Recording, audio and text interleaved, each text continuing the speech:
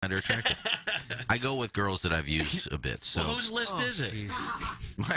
my list. Ziggy's list. But Khalifa, we have something in common. We're both. I'm part Lebanese. She's Lebanese. You're part Lebanese? My mother's grandmother came from Lebanon, or my mother's mother, so my grandmother came from Lebanon. But I find her attractive. She's cute, great rack, real, and she did a lot of things with the Bang Brothers, and then she got out of the business in 3 months. Yeah. Yeah, don't get me wrong. I mean, I've spanked it a few times. Okay, easy tickler. I don't think she's that great. I mean, is she even going to make your list, Iggy? Oh no, she's not. Yeah. You know what? After these three, I think you'll be impressed because I've gotten rid of the three that I enjoy that people really don't know. Now we're getting into the superstars of porn. So Nice. Hey, I got a question for you guys. Can you help me with an answer? Maybe. So my wife always likes to lick on my down parts, but how do I get her to go to my brown eye? Hunt him down! Hunt him down! Doug, do you have any answers? The only answer is that he's just found himself into the suspension log. Timmy the Tickler has been suspended. Is he married? He is married, right? He is, because his wife's the one who Robin fed Larry Nichols. That's right. How do you? And then she's driving into work or getting ready, happens to have the show on. Yeah. she'll rob and feed Larry Nickel, but she won't do that to you. Here is Iggy's number 28 yesterday, who was accused of looking like Hammerhead Shark. It's kind of funny.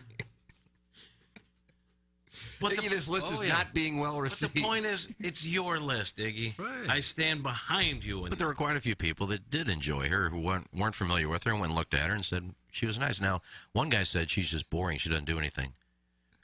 You saw what she did. Some girls get into it like Sasha Grey, and some girls just kind of like are sensuous and kind of like aren't moaning and groaning and just enjoying themselves. I showed the cat a picture. Somebody said, here's a picture of her in her natural habitat. It's a hammerhead shark patrolling the ocean floor. That's pretty cruel. She's It's Timmy recaps, Doug. And somebody said, but that face. Yeah, she's not a dog. She's from the Czech Republic. A lot of them kind of have those eyes like that are kind of like Iggy, side of their head. Iggy, dead eyes. You're while trying to be nice, you're being even more mean than the texters. A lot of them have eyes like that. I can't get too detailed, but we can say he prefers to be treated like a dog and also a toilet. Okay. Well, that was Busty Buffy, better known as Lucy Wilde. Well, I didn't know the Busty Buffy thing. Yeah, that's her another name, Busty Buffy. Great show this morning, boys. You have one producer who made the comment that all porn stars are the same, but some are better than others. And yet another producer said he wasn't sick, he's just not feeling that great. Nothing to hang your heads about today, to be sure. That's from the 314. You can get involved on this radio program, 855-CUB-TALK. That's texting in. You also can call in. Now, if you're having sexual issues with your significant other, I don't know if this is the show to get it remedied. I don't think it is. But, we welcome all here in our safe harbor. So Ray Hartman at 8 o'clock on this MLS development, and then at 8:30 Kelly Chase, Blues, Capitals, and really Mia Khalifa's on because of the Blues and Capitals. She's a huge Capitals fan. That's why we got her today. Oh, that was the reason. She's going to break down tonight's game. That's right. All right. Good. Because I was fearing something else. Well done, boy sluts. Had to switch the station during porn star talk with the kid in the car on the way to school. I'm sure you did. How do you explain this to your kids? That would have been a hard one to explain. Iggy's gal is going to need a wheelbarrow to walk around in a few years. Those lung warts are epic. Oh, gosh. Thanks. That comes from Doug's secret friend. Gosh. I didn't know I'm pretty familiar with the cup sizes. They were 34 L's. Didn't know they did that. I didn't know there were L's, but they're real, so... If anyone would know, it's you. And you've never heard of L. I've never heard of L, no. But they're real. They are real. Isn't that the underground subway in Chicago? Isn't that the L? That's right. Guys, Timmy recaps as a pompous bum. Thanks, Ahmad Rashad. Sometimes the text inbox becomes a place for people to take out their fan page frustration via the show.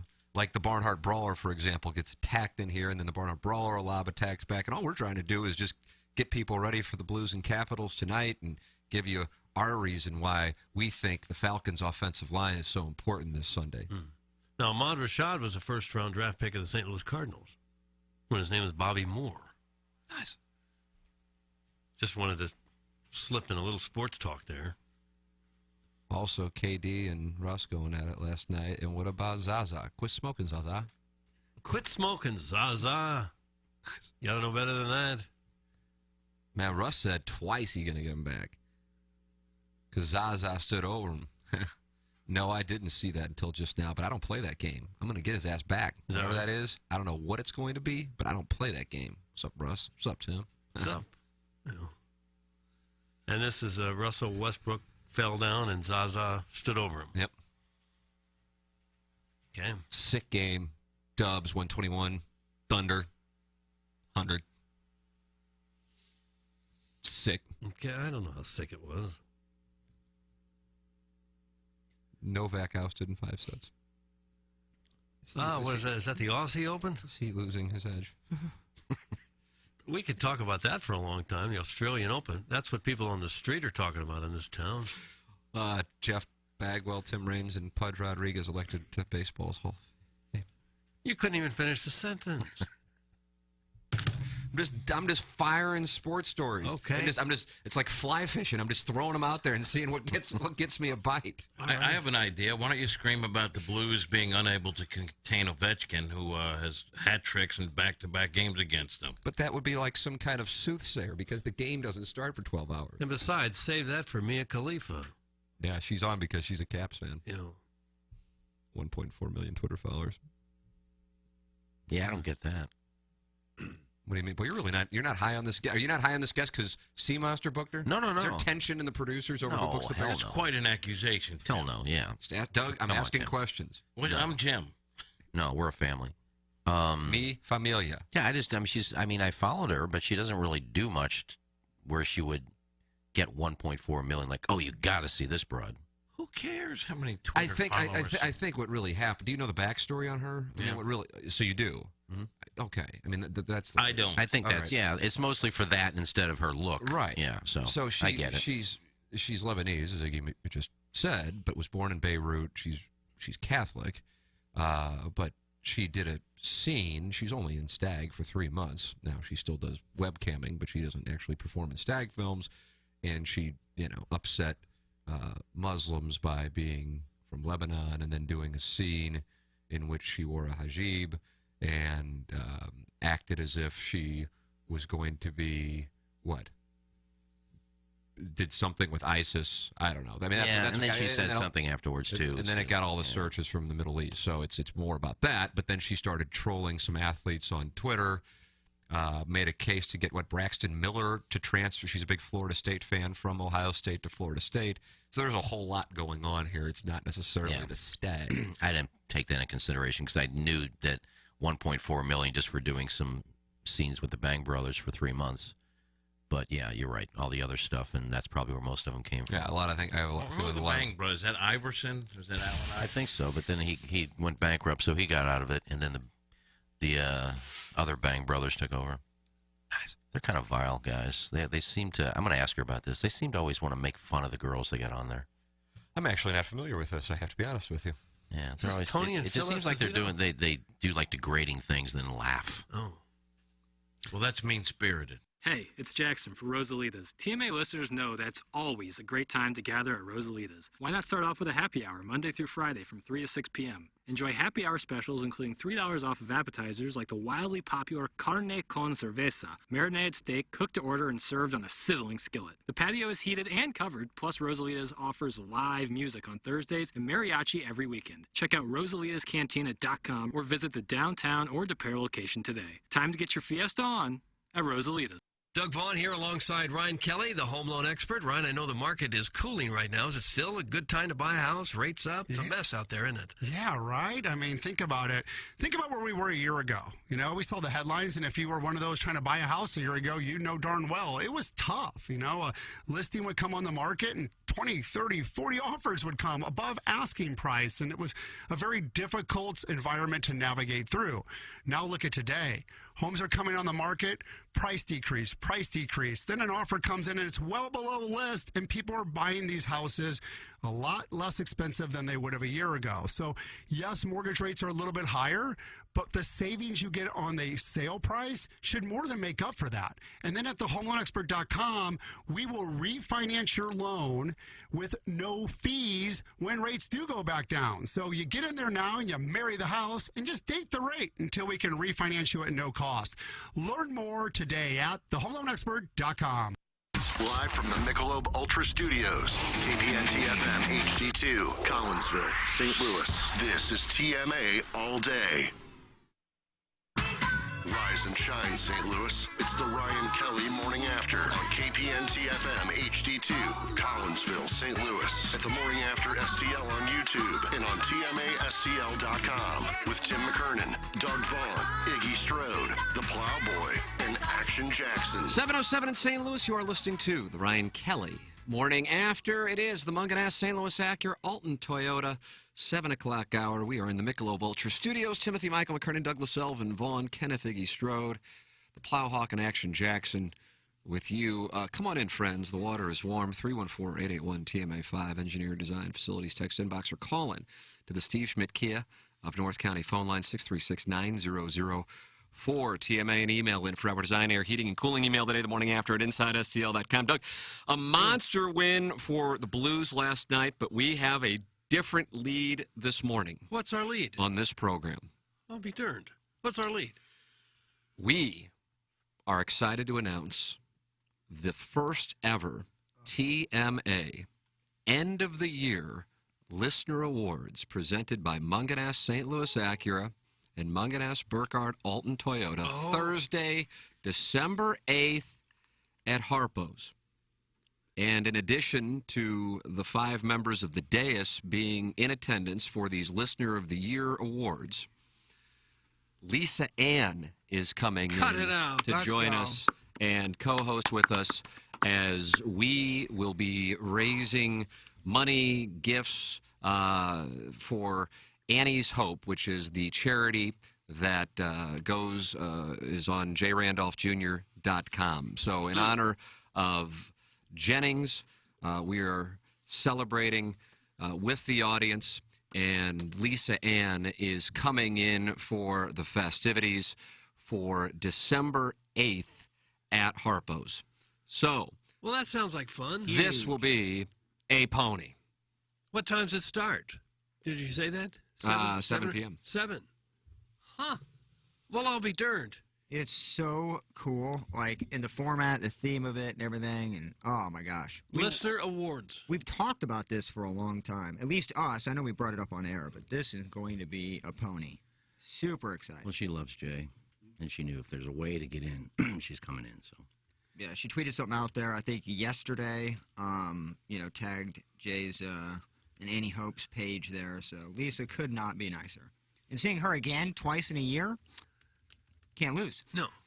So how kind is that? We were texting about Jay last week, and she was saying that she wants to come in, and we knew that we were working on the festivities for December 8th, and I said, well, if it's possible, come on in on December 8th. And she said, give me the weekend to try to work it out.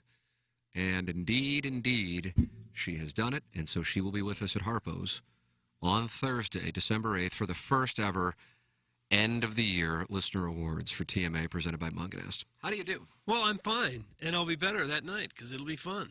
Now, is it too late for a listener to ratchet up their game and try to win one of these awards? You could see somebody mount a Sunday charge just like the Philadelphia Phillies did. Yeah. Oh, they'll give it everything they have now to be one of the honorees. Are we voting on these? Yep. Good, because there'll be people on the fan page that'll probably be campaigning for themselves. And this is probably in our group text, but I at one point I was really behind on the group text, so I'm not for sure. Are we choosing the final 4? Or are we? How did the voting work? Is it blind voting? All us, boys. Okay, perfect. 5 of us, so there'll be an uneven number. That's right. There should be. I guess there could be 2. I didn't know if it was like American Idol, where people were texting in for, Tommy Tribbins or whatever. Oh, little Tommy Tribbins. What a fun story his career has been in 2022. Mm-hmm. The listeners will just have to clean up their games a little bit. What? And come with a lot of interesting content. That's all, if they want to win one of these awards. Man, I wish I was a listener. Are they getting plaques? Well, They getting can't be, I guess. a rubber dildo? Jesse has created trophies. That is so. They do it up right here at Hubbard. Yeah. Well, that'll be a big night. How about that? I guess it's a little bigger than the Musial Awards that are going on this weekend. Better than the Missouri Sports Hall of Fame. Guarantee you that. Yes. Just I don't so know. Do you have to be there to win? Do you have to bring a table of 10? I think you just come and enjoy the fellowship. Love that Munganess is sponsoring it. Obviously, Annie's Hope as well is involved. So. Yeah. No, we're hashing this out on the air because we just announced this today, and we were texting back and forth last night with ideas and categories. Mm-hmm. A lot of good ones. Do we, kind of like the Academy Awards, do we announce on the air our finalist for each award, and then we announce the winner that night? What do you think about that? We can do that. Yeah. I guess we could. Yeah, our finalist for Listener of the Year, and we give the 3 finalists, and then we announce the winner that night. I assume with awards this prestigious, it will be a black tie event? Yeah, it's black tie. Tuxedos? Absolutely. I'm wearing a tie. Well, Are you? At least pants. Black tie. Yeah, at least pants. I'm gonna bring my. So that's the dress code. At least pants. Please wear pants is what it says. Okay. I'm gonna bring my most well-behaved gerbil. Well, I may you have a few that aren't well behaved. Yeah, we got them named and. Have you? Yeah. Oh, Jimmy Johnson. That's the gerbil's name. Johnny's How could brother. you name it anything else? Johnny's brother, Jimmy Johnson, gerbil, well behaved. Oh, I'm excited about these. That text exchange we had yesterday was so fun because there's so many awards. Doug, so many categories, so many stars this year. I mean, who is going to be the Listener of the Year? Wonderful, wonderful choices. I mean, does Kevin Miller just swipe Emailer of the Year, Texter of the Year? Wonderful, wonderful choices. Carlos Spicy Wiener finally potentially getting the recognition he deserves. You know, the Rat in Bloomsdale was such a force, but that was pre-Listener of the Year awards. Yeah, that was a long time ago. But I'm going to have to go back miss and him. I'm going to have to go back. I won't listen to the podcast, but maybe ask Jackson who were the email winners throughout the year, because all we think about is Kevin Miller because he's won the last 2. But what about January through September? Amen. I don't remember. No, I don't either.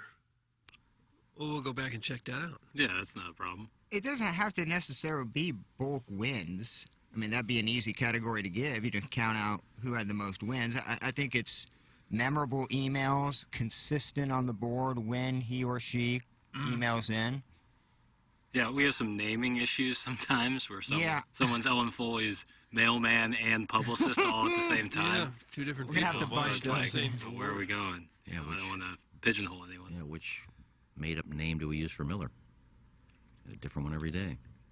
I just found out that Engineer Design Facilities is the sponsor of our Texter of the Year Award. How about that? Freaking go. Nice. I mean, the sponsors are coming in for the awards. They get it. Yeah, create your own award, sponsor it. I'm with us. Well, they know how important this is to the listeners. Could be the highlight of the year for some of these fellas. Oh, without a doubt. Scott's Wrinkled Ballsack, first in this morning, just checked. No kids' basketball games that night. It will be a pony. Let's raise that money, hose. Hashtag tribbing. That's from Scott's Wrinkled Ballsack. Right. Yeah, I told Anna Marie we're not doing the show the next day so we can get all offed up on the Hennessy. Doug VSOP. And I guess we'll be able to have the less popular MFF that night. So that'll be fun. That'll be fun. Yeah, on December 9th, we're automating all-day programming. What I did was do a bunch of Jay Jr., whether he's the main feature, he's montage. a cast, a montage of all of the best of that we kind of have with Jay. Blend. Yeah. So, Doug, I like that term. So you can come off your hangover and still enjoy the greatness of Jay Jr. It is Thursday, December 8th at Harpo's, presented by Munganess St. Louis Acura, Alton Toyota. And Lisa Ann is coming in for these first ever TMA End of the Year Awards. And our charity partner, Annie's Hope, the charity that if you have gone to jrandolphjr.com, Jennings and his family have selected as the beneficiary. So we wanted to work with Annie's Hope as well.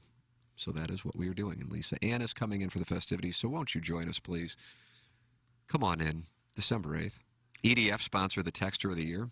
Doug, I know you feel like there's like 20 different callers that you love, and then to narrow it down to 4 or 5 for the nominees, that's going to be tough for you. It's going to be tough to find anybody worthy of that award.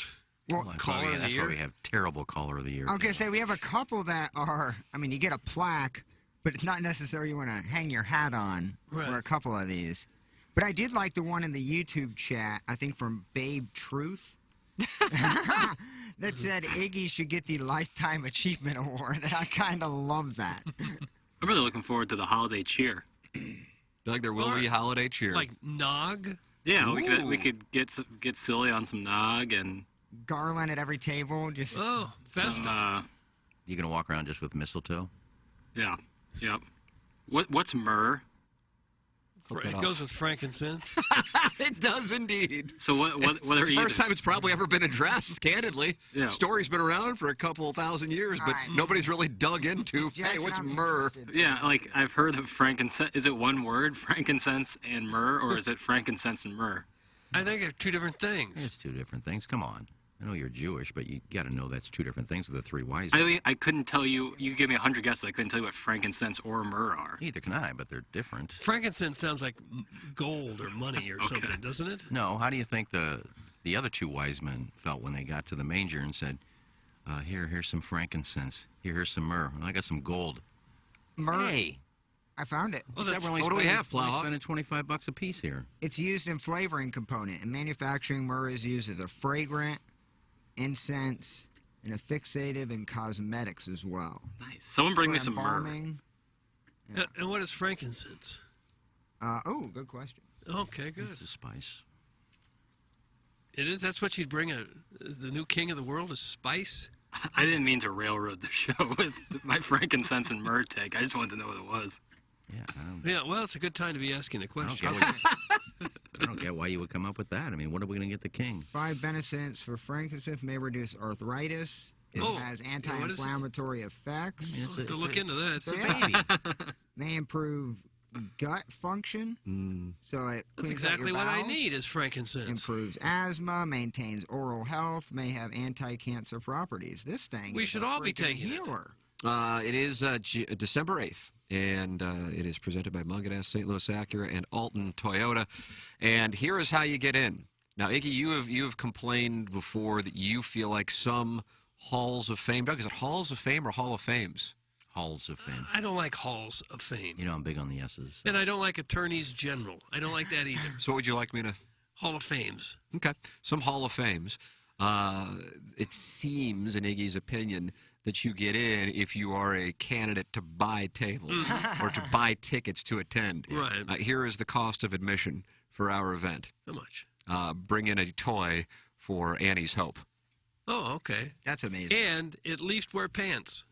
So bring in a toy for Annie's Hope, and that's it. Just come and hang out. Okay. And we want to celebrate with the audience, and we want to bring in toys for Annie's Hope, the charity Jennings and his family chose to raise money for at jrandolphjr.com. And that is why we are doing this along with Lisa Ann on Thursday, December 8th at Harpo's, presented by Munganest, engineer design facility sponsor of the Texter of the Year. And we welcome other sponsors to, if it could, like I said, create an award. Feel free. We don't give a damn. We're just going to be hanging out and drinking. Some might be enjoying the Chronic at picnics. Oh, I can't wait for I'm those. going to be enjoying Sapphic play. Oh. I will use my hand on 28 listeners. Oh, why the number 28? You're cutting it short this year? Yeah, I felt like I got to cut back. This may be your chance with Mrs. Balsack if they're coming. Well, like I said, I'm more of a Sapphic guy. Everybody gets a raffle ticket, and Tim reads off the first 28 he draws. That I get to use my hand on. Now, are we doing Out by a dumpster, by the way. I'll be out by the dumpster. Are we doing a regular show, or are we just giving out awards? Just giving out awards. Yeah, you don't have to be on that night. We'll be holding court. And you know our listeners are going to be dropping off more than one toy. You know there are going to be several carloads. Be. I know I'll bring a few. I love that. That's the entry fee. Is helping out kids. I will be there early and I'll be at the door. Signing? No, if Pictures? you don't have a toy, you're not getting in. Oh, you're the bouncer. Yes, I'll be the toy guy. You walk I in. gotta write Hey, that hey, down. welcome to the. Where's your toy? I didn't bring one. Get out. Go back to your car. You're going to be mean to people. No, I'm not going to be mean, but you're not going to sneak in without a toy. We need the toys. Dude, it is going to get rowdy. Some people are going to be banty about not winning certain awards.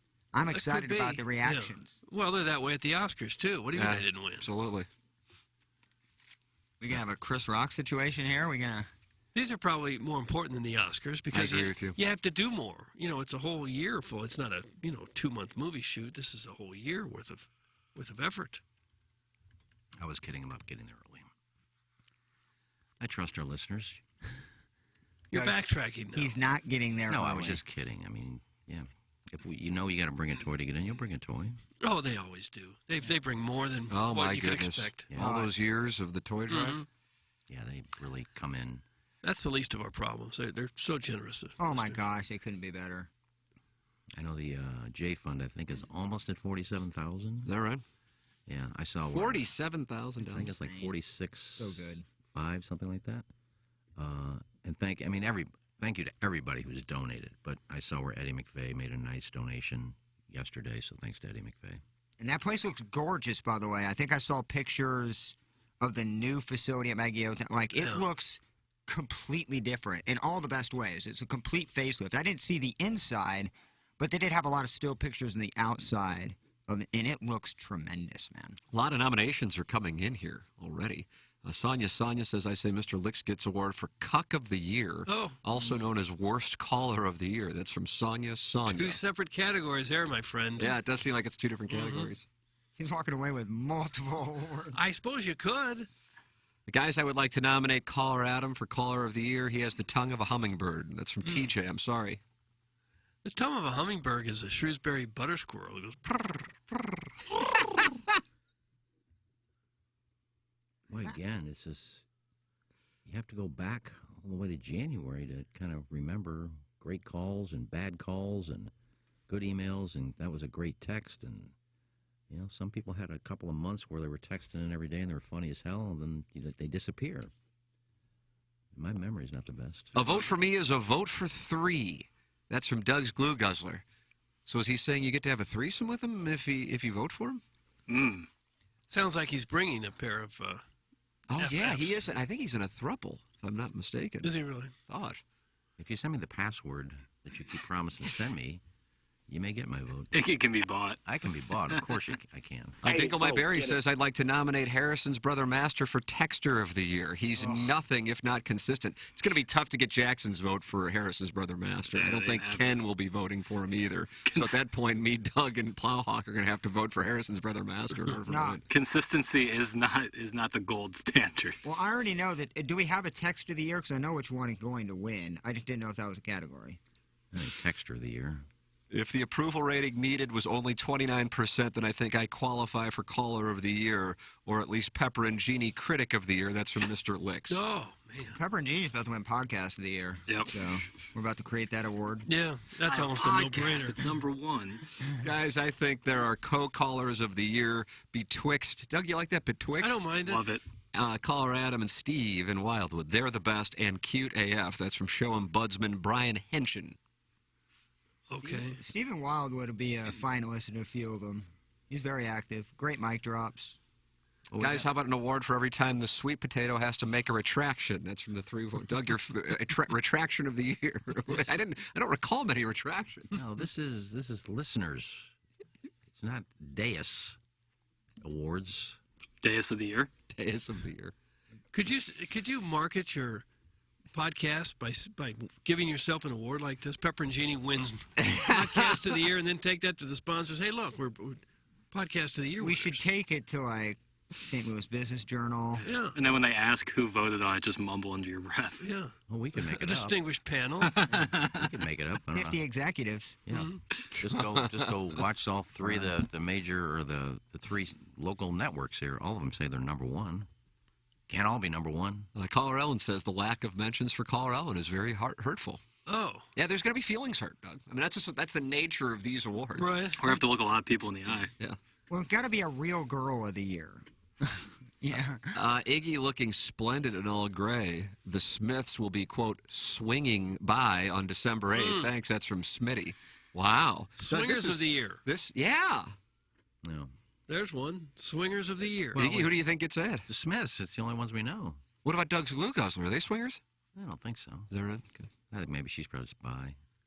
She's bi, and I don't think they're swingers. They're sporting. They are sporting, yeah. Did Loomster fashion himself as a swinger when he won that date with Lisa Ann? I don't think anything had happened. He didn't do anything. No, but he still tried. The Plowhawks' disdain for the Loomster is one of my favorite sneaker storylines. I love him as a human, but as a texter and a caller, he's a douche. Oh. He is a great human. He just strikes me as just like a harmless guy. Yeah, I know he's fun, but he does take shots on the fan page on text. I gotta keep him in He check. snipes. Doug, it always goes back to the fan page. It does. I don't even see He's a that. sniper. I'd like to nominate Tim for best calves this side of the Mississippi. Although, whom would ever compete? That's from the 314. Doug, I would say Jeff Scanino, who's a defensive tackle for the Oh, he had Rams. enormous calves, enormous, big, giant Coke bottle calves. KG in O-Town has big calves. Yeah, he does. He better get a front row seat. That dude's been doing work all year long for this. Well, Amen. we won't see the calves because the dress code is at least wear pants. Yeah. Pants nowadays get pretty short. Have you seen the hockey players?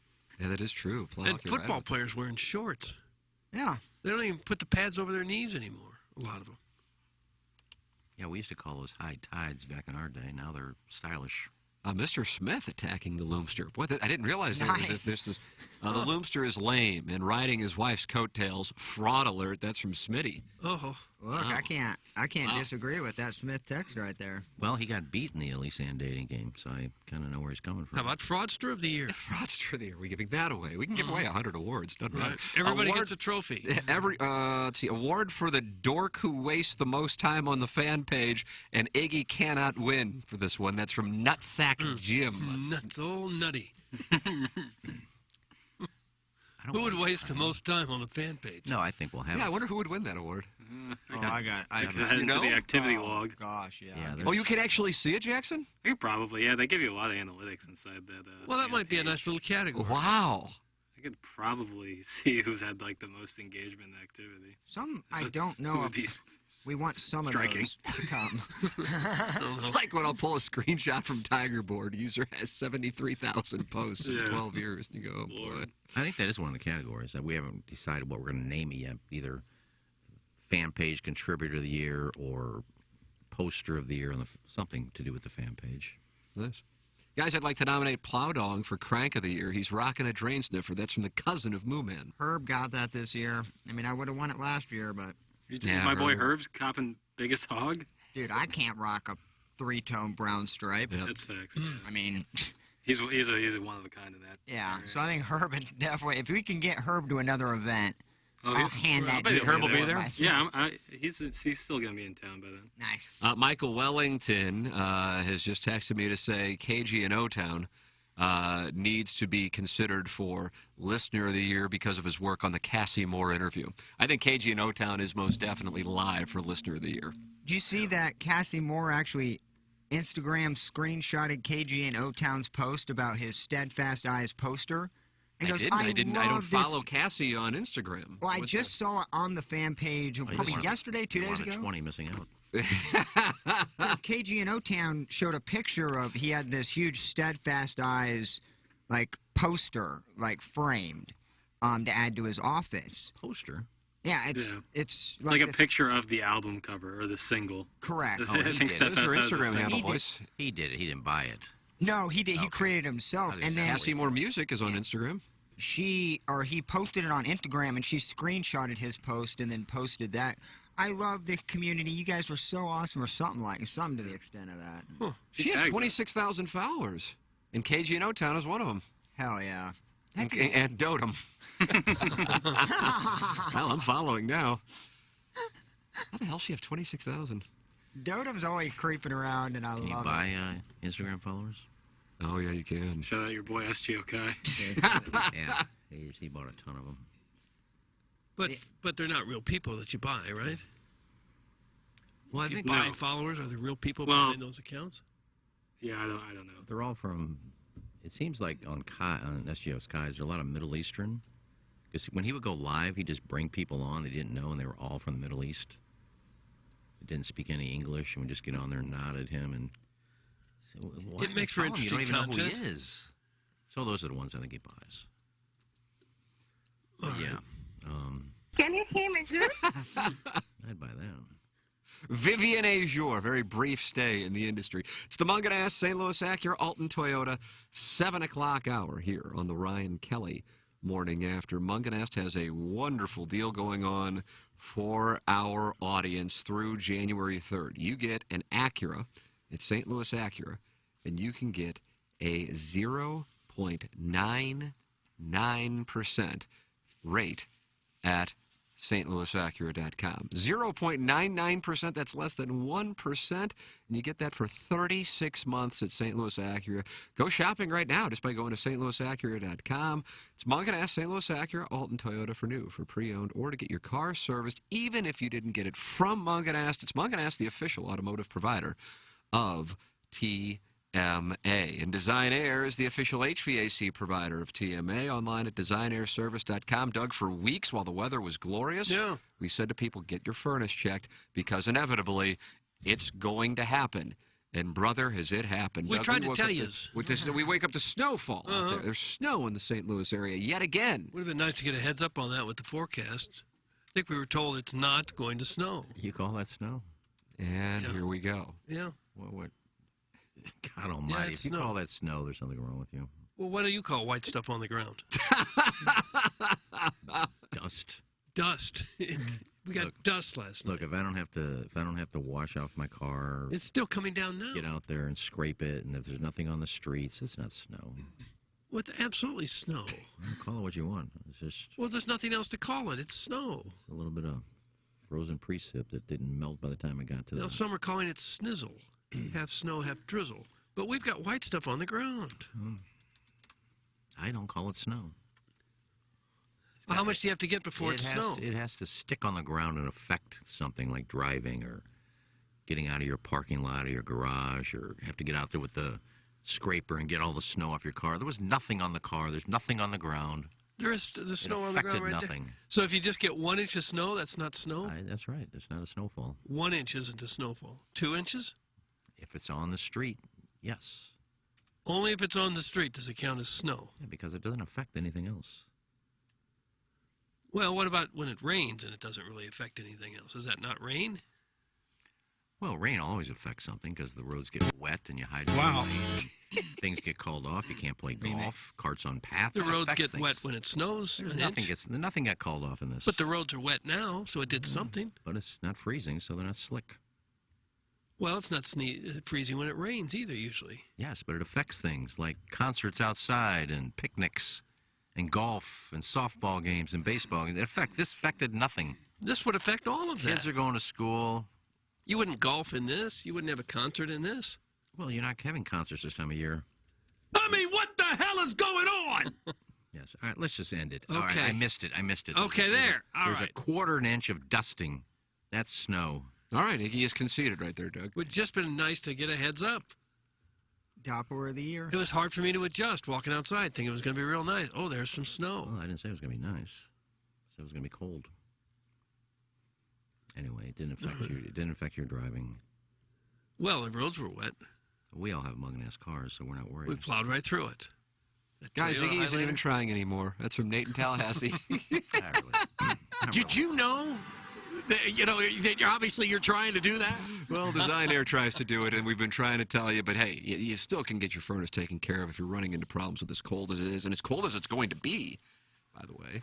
This isn't going away. Go to designairservice.com.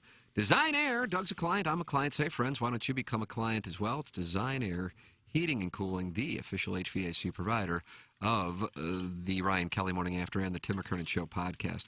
Breaking news. In addition to the awards that are taking place on Thursday, December 8th at Harpo's with Lisa Ann coming in the audience, getting these end-of-the-year awards here on the Ryan Kelly Morning After, first ever. All you got to do is bring a toy in for Annie's Hope.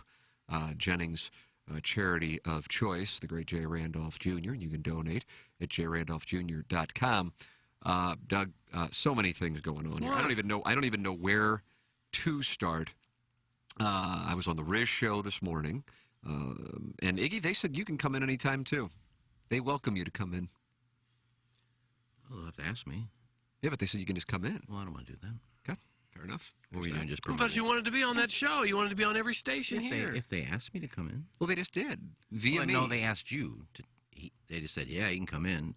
No, if they. But I didn't sit there and I say, "Hey, is there any way Iggy can come in?" All right, but did you just walk in this morning, or did they invite you in? We were coming on because now the boys on the Riz show, as well as John Hewlett, Randy Carricker, Learn has already been doing it, and Courtney from 106.5 The Arch are all now available at mysoundstory.com. Yeah. Okay. So we were in there talking about that, and then I just was on for about 45 minutes with them, and they said, "Hey, you're welcome to come in any time," and they said, and I said, well, they said, "But only you," and I said, "Well, what about Iggy?" And they said, "Oh yeah, Iggy can come in. That'd be great." And then one of them said, "Iggy can't even get in the studio for his own show on time." Mm-hmm. Nice. Sure. How do they know that? Oh, because he probably see him in the hall. They're on breaks and we're on the air, but I'm nowhere to be found. You want employees like me and Plowsy. Why? That's a good question. I'll see them all Saturday. The Riz put a. That's what we were talking about. They put a team together for Gobble. They're coming to Gobble Bowl. Yeah, it's gonna be a fun team. Gobble Bowl is gonna be a nice team. Riz, Patrico, King Scott, Papa Patrico, and Danny Fandango. It'll be a nice squad, Doug. And a dangerous team. Learn's coming. I saw Learn last week. Oh no! Because I'll stop by for a little while. Learn and I talked about her appearing. I'm bringing Jameson and Diana you're not Marie. going out of town. Yeah, well, we normally go to Sanibel. Sanibel has been wiped out, so it's no longer there. So I'll be celebrating. We'll be celebrating our 11th wedding anniversary at Gobble Bowl, Doug. Very romantic. What up, Learn? And we can probably get Jameson to throw a few balls. He'll be coming. He's doing the Little Blues thing, so we'll be out at Centene, and then we'll go right from Centene to Gobble Bowl. What time does Gobble Bowl start? Noon. All right, Yeah, that'll be perfect. yeah, So if I get there like at 2:30, you guys will be there. Yeah, we won't be done till 4. Oh yeah. Yeah, perfect. That place. Yeah, Learn was saying she's going to be there. Yeah, I saw her last week. She goes, she's going to stop by for a little while. Jackson, thanks to Jackson for printing out the prize list for me. Yep, I'll be there. You were the first person to see it. You're bowling on Cletus's team, weren't you? Yep. Oh, that's going to be dry humping. Yeah, he borderline fisted me last year. Cut that off. Snag that audio. There's nowhere to hide there either. So like if you do get golf course, I can at least I can run pretty far. Yeah, there's nowhere to go. Bowling, I'll have to jump over Larry Nickel or something. And have fun because they are the team that finishes last every year. And when I say last, I mean the last to finish. We'll be done, ready to give out awards, and Cletus's team is like the 4th frame in the last game. I said, you guys got to hurry up down there. What are they doing? It's taking so long. Drinking, fisting. Fisting? Oh, did they fist so hard? Oh, Bill. But yeah, it'll be a fun afternoon. Look forward to it. Yeah, looking forward to that. Gobble Bowl. Riz Boys will be there. Learn will be there. All of us on the dais will be there. And again, I assume there'll be Sapphic play. I just always kind of default back to I assume there'll be Sapphic play. There'll be ladies there, so. Will there really? Laura, fan page listener, has put a team together. Like Laura, the fan page listener. I think mainly women. My old partner on Keigler's Corner, Alina Matthews, is bowling with Laura. Nice. So there'll be some women there. Yeah. Nina Lasky, who is my right-hand girl, will be there. My right-hand girl. Yeah, I think I've heard that. She stands next to me at the table when I give things away. Oh, she does? She checks the ticket and gives you a prize away. Now, I heard from Raby last night. He's going to be in Denver, but he gets in Friday night, and he goes, I'll be out there Saturday if you need some help with, giving stuff away. I said, yes. So that way, between you and Andy Hanselman, you can give a lot of stuff away, and I have more time to go say hi to people. Last year, I saw Alvin Mack on my way out. I said, oh, when'd you get here? Noon. Didn't even see him. So I want to do more mingling this year. How do people win these fabulous prizes? Raffle tickets, maybe. Buy raffle tickets? All raffle. We have 6 silent auction items, but all these are raffle. Just buy raffle tickets and you can win something. All right. Come on out.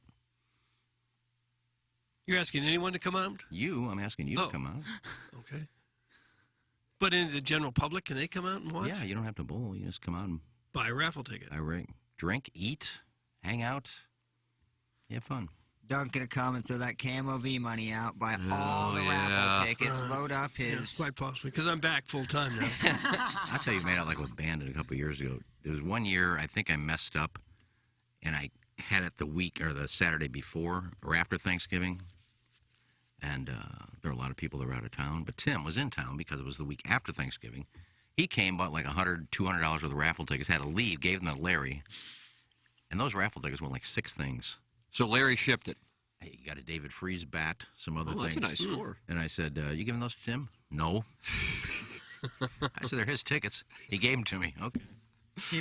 The year before that, he won like a Bath and Body Works like package where there was like soaps and scrubs and bathe, bath bombs. Larry. And the entire time, he was like one of the first prize winners. The entire time, he was walking around trying to barter it, trade it for like WWE package. And then his mom said, well, it's my birthday next week. Happy birthday, Mom. Just gave it to her. That's the kind of stuff you see there. So. Gobbable this Saturday. Cave Springs Lanes, right, Iggy? Cave Springs. And it starts at 12. And, it'll be a lot of Sapphic play, too. Mm-hmm. There usually is, especially afterwards in the bar. Really? I don't know that there's Sapphic. I've seen some making out. Wow. These girls get a little liquor in them. They get into the bar and just kind of... Doug, I didn't know about this. It starts at noon. Noon. We'll be there probably. Jackson, check your text. This Saturday. Yes. On it. Cave Springs Lane. Be there. I'm waiting. I'm buying time right now. I'm vamping, and you would never know it because I'm waiting for Jackson to answer this question that I texted him. Okay. So, Doug, yesterday, more breaking news. I mean, this is Mungan-ass 7 o'clock hour. Jackson and I did an interview with Hot Wife Autumn. Okay. Hot Wife. Oh, wait, never mind, Tim. Back that up. Well, what? Disregard my last text. Doug, so much going on, and even I don't know what it is. No, I much wouldn't less think you would. The members of the How could dais you? or the audience. Yeah. Sorry, I had to go to my DM. Oh, it is. It's, and the interview has been approved. Mm-hmm. Okay. And for people who don't know, Hot Wife Autumn is the Crystal City bartender with the big ring, whose husband farms her out to other people who come into the bar. And a lot of tats. She's a Crystal City 10. You know, I did think about this a lot, and I may have made up a lot of stuff. I still don't believe it, but never was it said that it's like a $10,000 ring. I think I put that. The word, arbitrary I believe in the number. email, was massive ring. To Huge rock. revisit it on my podcast, a listener sent in an email telling a story of how he went to a bar. The bartender was super attractive, clearly married, but invited him to come up and have a drink with her and her husband, and then her husband gave him the green light to engage in coitus with his wife as they have that arrangement. Apparently so. And so I feel like, Jackson, that was a thorough cross-examination. Doug... Very much so. Who were the name of the prosecuting attorneys in the O.J. Simpson trial? I know Chris Darden and Marsha Clark. Marsha Clark. Yeah. I think when you hear this interview, you'll feel like you were listening to Chris Darden and Marsha Clark, and they wound up winning that case. They lost it. Okay. Oh, they won by a landslide. He's still in prison. Well, they won, but the jury was stupid. Well, there's that. So either way, Jackson, now that you have played a role in this deposition of Hot Wife Autumn, and we'll have some clips, and we'll put it up on the Tim McKernan Show podcast feed. Do you believe our listener and Hot Wife Autumn? The listener's name, by the way, is he's going by Darnell.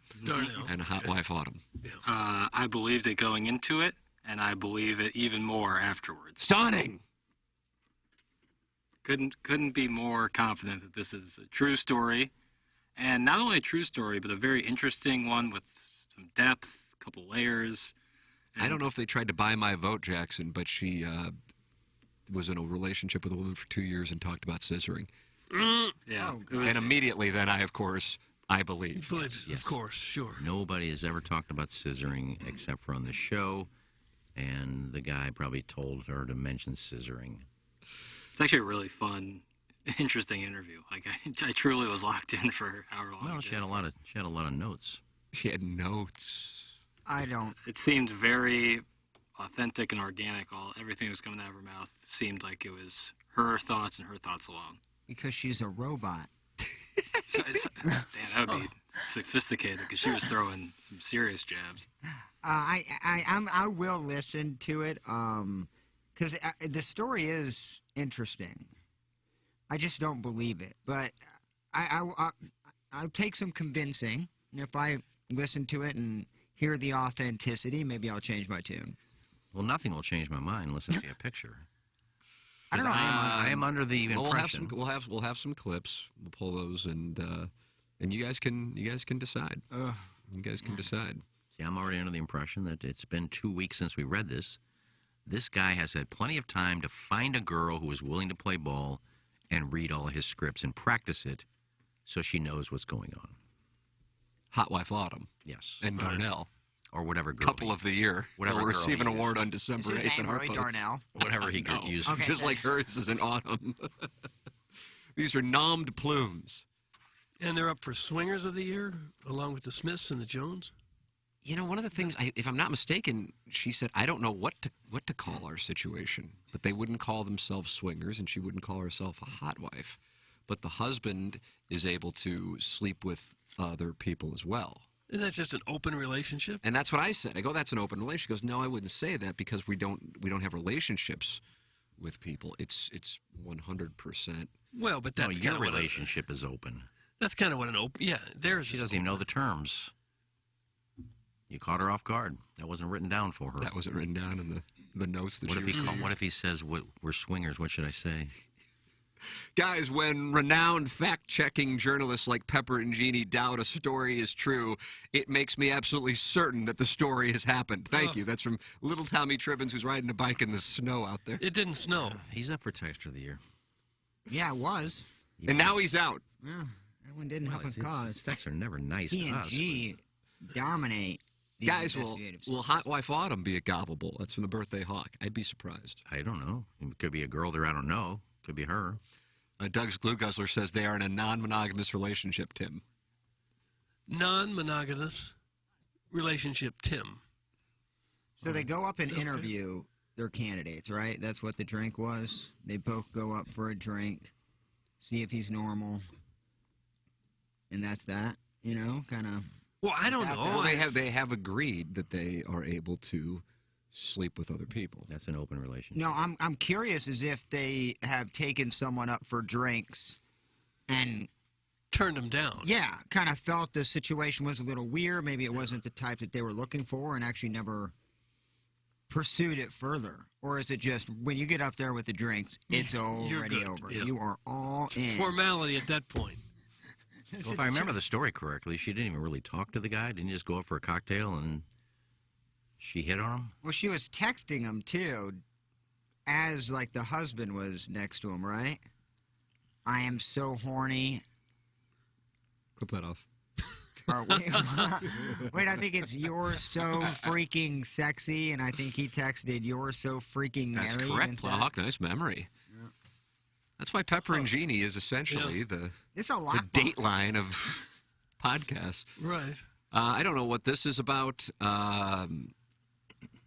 Nothing better than banging a pimply-faced fat covered in bowling alley oil and bacon grease after a couple near turkeys.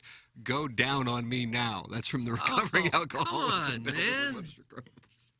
You don't bring that at the Cave Springs. There's no better food in the country than a bowling alley. I beg your pardon? No better food in the country. If you want greasy fries and a flat burger.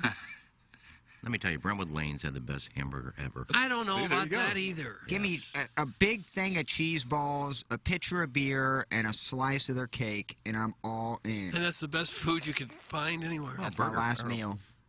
It's a good burger usually, boy. And Cave Springs has great food. But sadly, they just finally tore down Brentwood Lanes last week. I saw that. That thing's been vacant for like 25, 30 years, and they finally tore it down. Why didn't that work there? It was a thriving house for a while. Well, I think it only had 16 lanes, which in this day and age, not great. Not a ton of parking in the back.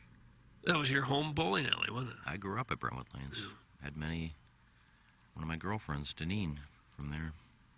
Deneen, not Janine, Donine. Deneen. Mm-hmm. You made your way to the staff there, too, I bet. Was that just a red bird? Only one snack girl there that I had. They sound like candy stripers. She had like a club foot, too. Oh, it's so hot. Club foot candy Bring me striper? the girl at the bowling alley with the club foot. Yeah, she had a walk like Doug, it's like humble brag after humble brag. Is that old money? She had like a walk kind of weird, like club foot. Attractive, though. Well, that's okay. You can look past the club foot. I don't think Jay could have, but most people could. It didn't look any different. It's just... I don't know what a club foot is. She just had trouble walking, which is fine with me. Maybe her foot was just sore the day that you No, met she her. always walked like that. Well, it's all so hot. Yeah. Is it? It's going to be hot tonight at the Chaffetz Arena, Billikens and Memphis. Jackson, I bet you're fired up for this. Yeah, we got a little twin bill. I got 2 TVs working. One with SLU, one with the Tigers. Yeah, Billikens and Memphis tonight, 8 p.m. at Chaffetz Arena, both St. Louis University, the A-10, and Memphis, the American Athletic. Oh, you're going? I'm going to the game tonight. How are you? Yeah, I love going to SLU games, man. Well, there you go. Memphis of the American Athletics Conference were selected second in their conference preseason polls. Billikens off to a great start, beating Murray State last week and winning over the weekend over Edwardsville, right? Evansville, yep. Oh, Evansville. And Missouri's playing Edwardsville tonight. Yeah, SIU. Yeah. There you go. And Penny Hardaway's Memphis Tigers kicked off their season with a win over Vanderbilt. So get your tickets to enjoy the festivities. See the Plowhawk live and in person. SLUBillikens.com. Go to SLUBillikens.com to enjoy the festivities with Memphis and the Billikens tonight at Chaffetz Arena. That's SLUBillikens.com. And that's also something you should think about, just like thinking about mentality. Go to lowtusa.com and work with the fine people at Mentality. I have worked with the fine people at Mentality. Take about 15 minutes to go in and get tested. And what it is low testosterone treatment. So you go to lowtusa.com. Mentality is a local healthcare facility specifically dedicated to helping men feel and perform at their very best. Even if you've tried testosterone before, not everyone understands the blood chemistry in men's bodies, and they can help. The normal range for testosterone is large. If you've been to a doctor and they told you that you were normal without understanding the range or testing your free testosterone, it was not fully looked at. Come get checked with Mentality. Testosterone therapy helps men regain normal function and restores their ability to perform normally at all levels. It's Mentality. Go to lowtusa.com. It's super easy, super quick, and you can feel better quickly. Go to lowtusa.com. That is Mentality. Ladies and gentlemen, it's our pleasure to welcome to the program the great Larry Nickel. Morning, Larry. Oh. Hey, guys, what's up? Hello, Nixie. How you doing, Doug? Well, I'm fine. You? I'm doing great. Okay, then. Well, how'd the presentation go last evening? The presentation went pretty well last night. All right. Except for a couple of hiccups with Austin Theory. What sort of hiccups? Last week, he cashed in his Money in the Bank briefcase on Seth Rollins. And Austin Theory lost. So this week, he had to take his frustrations out on not only Seth Rollins, but some other people too, because Austin Theory is the only the 5th person in the history of the Money in the Bank briefcase to have failed cash-in. Huh. Well, that is shocking. Yeah. I actually describe it as alarming. Yeah, I didn't see it coming. Well, anyway, last night, Austin Theory took on Dolph Ziggler. And, of course, that match got thrown out because the referee lost all control of the match. Oh, brother. And there was supposed to be a winner and a loser. Yeah. Guess what? What? There was neither. Draw. It wasn't even a draw. It was just the match was just completely thrown out. Huh. And then it didn't happen. Okay. And then Seems the odd. main event was supposed to be Seth Rollins versus Finn Balor in a non-title match. And as you guys all know, cards subject to change. They changed it to a title match, and Seth Rollins won and retained the very prestigious United States Championship. Now, why is that so doggone prestigious? because there's like a dozen Hall of Famers who held it, like Stone Cold Steve Austin, Ric Flair, the good thing, Steamboat. Yeah. People like that. Okay. I would think all the heavyweight titles would be prestigious. There's the United States Championship. There's the NWA World Heavyweight Championship. That's prestigious. Are there any that aren't prestigious? There's more than there's those two titles. I'll go on and on about that. But okay. You guys are on a limited time schedule. We are. We're up against a hard 8 o'clock break. So you have the top 5 countries in the world? Yes, I do. Thanks for asking, Tim. Number 5, Mexico. Yeah. Number 4, Ireland. Number 3, Greenland. Mm-hmm. Number 2, Canada. Number 1, United States of America. Yes. That's nice, Larry. It's a nice list. It's a nice recap. God bless you, and God bless these United States of America. God bless America, and thoughts and prayers to Jay Jr. Amen. All right. Thank you, Larry. Thank you, Nixie. Larry Nickel with us here on the radio program. Last night on the Blues game, we have a tribute to Jay Jr. from John Kelly and Darren Pang. We have that audio for you coming up. Also, Craig Berube and the Blues' reaction to one hell of a victory, Doug. The mom's trip leads to greatness. And it was predicted by Darren Pang. We'll have that audio for you as well. It's all coming up in our Appliance Discounters 8 o'clock hour. This closes out the Munganess 7 o'clock hour here on the Ryan Kelly Morning After from the Michelob Ultra Studios. Hey, if you like the morning after, check out Balloon Party on 101 ESPN. HD1, by the way. It's Sports Talk with Tim McKernan and Action Jackson from 10 a.m. to 11 a.m. each weekday, right after the morning after. It's the worst named show in the history of radio, but the content's pretty good, so check it out on 101 ESPN or get the podcast on the TMA app. Live from the Michelob Ultra Studios, KPN-TFM HD2, Collinsville, St. Louis. This is TMA All Day. The best authentic Southwestern cuisine awaits you at Santa Fe Bistro in Creve Coeur. Open for lunch and dinner with happy hour Monday through Friday, 3:30 to 6, and Saturdays, 2:30 to 4. Daily drink and entree specials and 72 tequilas, as well as a vast selection of beer on draft and by the bottle. Wear a jersey or team gear for Blues and NFL games and get a free drink with the purchase of an entree. Nothing says authentic Southwestern cuisine quite like Santa Fe Bistro, west of 270 on Olive. Same plaza as the old TGI Fridays location. Full menu at SantaFeBistroMO.com. Okay. Hot takes. Yeah. Pepper and Genie. Pepper and Genie. And now the Pepper and Genie Show with Darren Atkins and Ken Stroh. All right, take it, fellas. There it is. That's the open. Pepper and Genie. Pepper and Genie. Pepper and Genie. Pepper and Genie. Pepper and Genie. Pepper and Genie. Pepper and Genie. Pepper and Genie. We don't know what it is. We don't understand the name. We just know it's stupid. And it's available every weekday, featuring Iggy and the Plowboy. Apparently it's some kind of a podcast or something. Available at TMASTL.com and on the TMASTL mobile app. Whatever. Doug Vaughn here alongside Ryan Kelly, the home loan expert. Ryan, rates are high, but you're still finding a way to get people a good mortgage. How do you do it? You know, we work really hard for our clients. We watch the markets. We watch the rates. They swing a quarter point a day some days right now. And that's why you need an expert to lock you in at the right time. And then we have these incredible programs like our Interest Rate Rewind, where for the first year, your rate will be 2 full points lower. The second year, a point lower. And then year 3, it goes to the current rate. Thinking about buying a house? Maybe a refinance? Got questions? Apply online today at thehomeloanexpert.com. Your favorite spirits like Hendrick's Gin and Monkey Shoulder Vatted Walt Whiskey are now available in premium, ready-to-serve cocktails thanks to Batch and Bottle. Try the Lazy Old Fashioned, Rhubarb Cosmo, Gin Martini, or Scotch Manhattan. Simply chill, pour, and garnish. Each bottle serves 4 to 5 cocktails, so grab a few for your next party and spend less time in the kitchen and more time in the conversation. Just look for the black bottle with the gold cap. That's Batch and Bottle Premium Ready-to-Serve Cocktails. Batch and Bottle Premium Pre-Batch Cocktails, imported by William Grant & Sons, Inc., New York, New York. Hey, this is Tim McKernan for Design Air Heating and Cooling. I am a very happy client.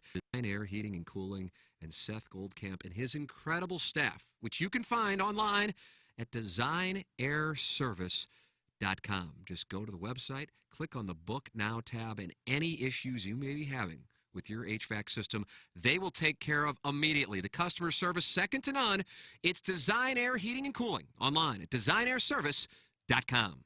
The Tim McKernan Show podcast, featuring long-form interviews with people from the world of sports, politics, and entertainment. And our guest today, Bill McClellan. Thanks so much for coming in. Hey, my pleasure, Tim. What's up, Caden? Hi, how are you? Joe Buck, our guest today. Man, it's like I haven't seen you in years. More than 500 episodes and counting, and it's available wherever you get your podcasts, including the TMA STL app. Get the app now at TMASTL.com. Hey, it's Jackson for Rosalita's. TMA listeners know that's always a great time to gather at Rosalita's. Why not start off with a happy hour Monday through Friday from 3 to 6 p.m.? Enjoy happy hour specials including $3 off of appetizers like the wildly popular carne con cerveza, marinated steak cooked to order and served on a sizzling skillet. The patio is heated and covered, plus Rosalita's offers live music on Thursdays and mariachi every weekend. Check out rosalitascantina.com or visit the downtown or DePere location today. Time to get your fiesta on at Rosalita's.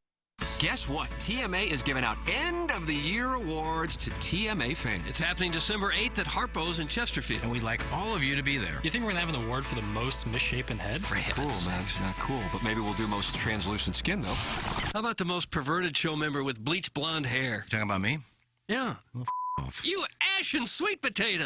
This award ceremony is more about the listeners. Best texter, best caller, best emailer, or maybe we'll point out the worst caller, and who should be Listener of the Year. It's the TMA End of the Year Awards, Thursday, December 8th at Harpo's in Chesterfield. By the way, former adult film actress Lisa Ann will be joining the event. Presented by Munganast St. Louis Acura and Munganast Alton Toyota. Better than ever for you, their customer. Who should win? Who will win? Who cares? Please bring a new and unwrapped toy for Annie's Hope on behalf of our good friend Jay Randolph Jr. And you get in for free. My head's not I've never been His blonde hair costs $100. I'm getting tanner. My hair's Find out more at TMASTL.com. Now, back to the Ryan Kelly Morning After. KPNT FM HD2, Collinsville, St. Louis.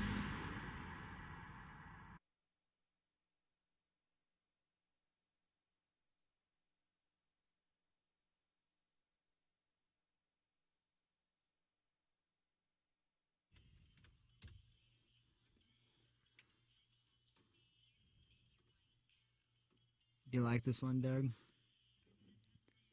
Well, sure. I like all of her work. She's got an extensive catalog. Do you like when artists call their songs catalogs?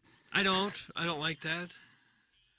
I imagine when she recorded this, she never would have imagined that one station in another town far away from her would play this every day. And I think we started, when we played this, it had 318 views. How many now? We are almost at 1,000. Oh.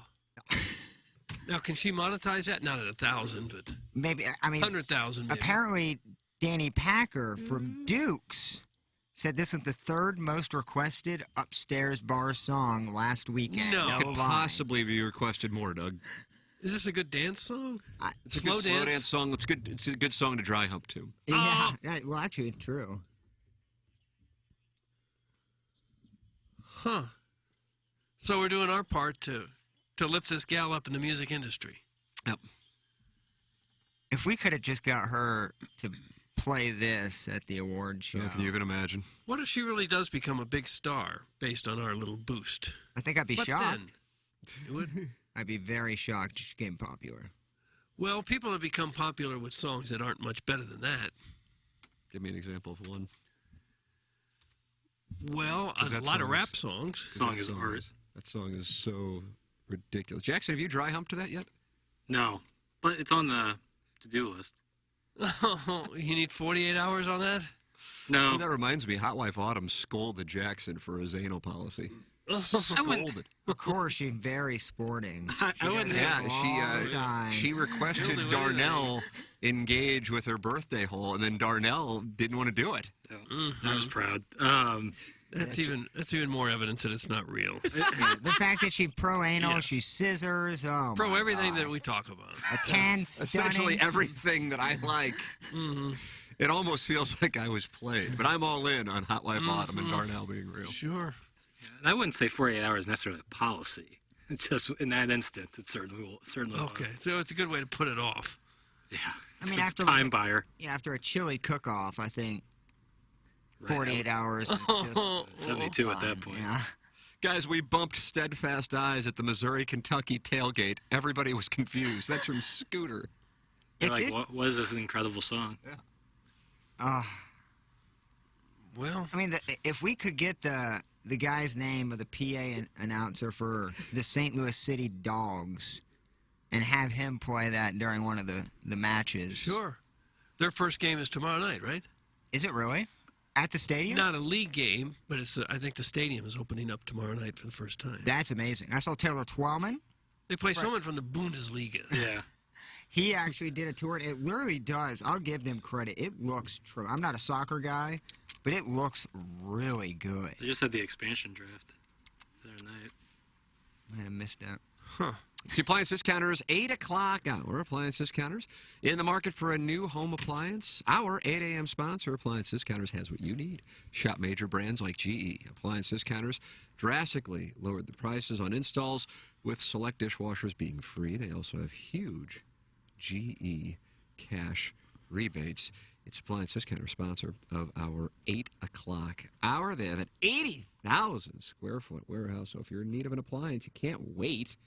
So just go to theappliancediscounters.com and work with the great Bradley family, and you are working with a wonderful sponsor of TMA. Company I work with, that's Appliance Discounters, online at theappliancediscounters.com, sponsor of our 8 o'clock hour here on the Ryan Kelly Morning After. And at this particular time of year, they have Black Friday specials going on already all month at Appliance Discounters, your hometown appliance stores featuring major brands like GE. And think about it. Yeah, the reason I was on the Rizzuto show this morning was because we have expanded Sound Story. Joe Buck is a part of the business, and he is voicing our spots that you will hear on TMA and 101 ESPN and Keishi and 105.7 The Point and 106.5 The Arch.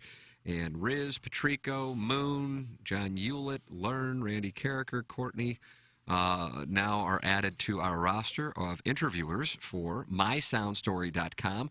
And if you would like to get a sound story for the holidays or just want to get the gift certificate and then schedule it later, it is the perfect gift. And you get 10% off using promo code TMA. I can do the interview, and I have expanded my schedule to be available to do interviews all the way until 4 o'clock each day. So, mysoundstory.com, it is the perfect Christmas gift, but it's a great gift anytime, and it's one of those gifts that you'll never regret giving or getting, because you have your loved one's story in their voice, with their laughter, with their wisdom, saved forever. mysoundstory.com. Use the promo code TMA to get 10% off, and then pick who you would like to interview yourself for your family, or your mother, your father, your grandmother, your grandfather. And then at that point, it's like having a podcast with your loved one, and you have it saved forever. mysoundstory.com. Friday night is pizza night. This week, partner, Uncle Leo's. Buy one pizza, get one 50% off. It's Uncle Leo's. And, Doug, that means I will be shipping it on Friday night. I'll be filling myself with Uncle Leo's to make sure, on Friday night, to make sure my hands can be active on Saturday at Cave Springs Lanes. Well, will your hands be active at bowling, I guess, huh? Putting spin on the ball? What time's that Illinois-Michigan tilt? Stop saying tilt. You said that yesterday. That's where I'll be Friday. Where? Uncle Leo's. I'm getting two. That way, I got a lot of stuff to do Friday night to get ready. So I'll just sit there with the pizza. That's a good idea. Saturday, don't get out of there till late. Don't feel like cooking. I'll have another pizza in the refrigerator. Cut it out.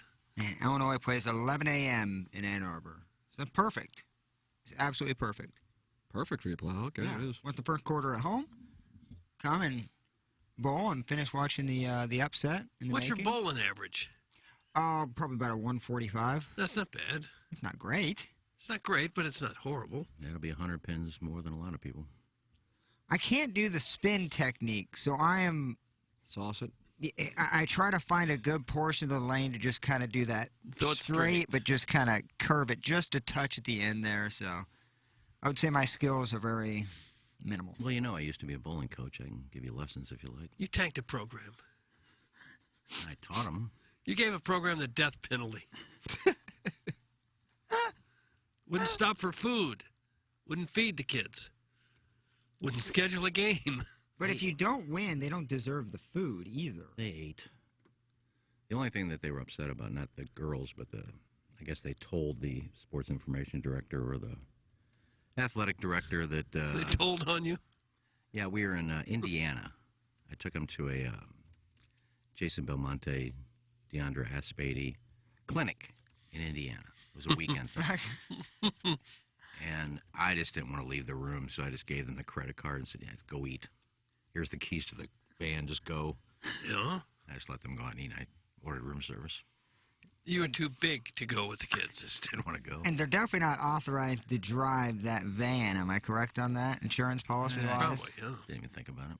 I wouldn't have cared either. I probably would have done the same thing. You were so busy in your hotel room, you couldn't even go out to eat.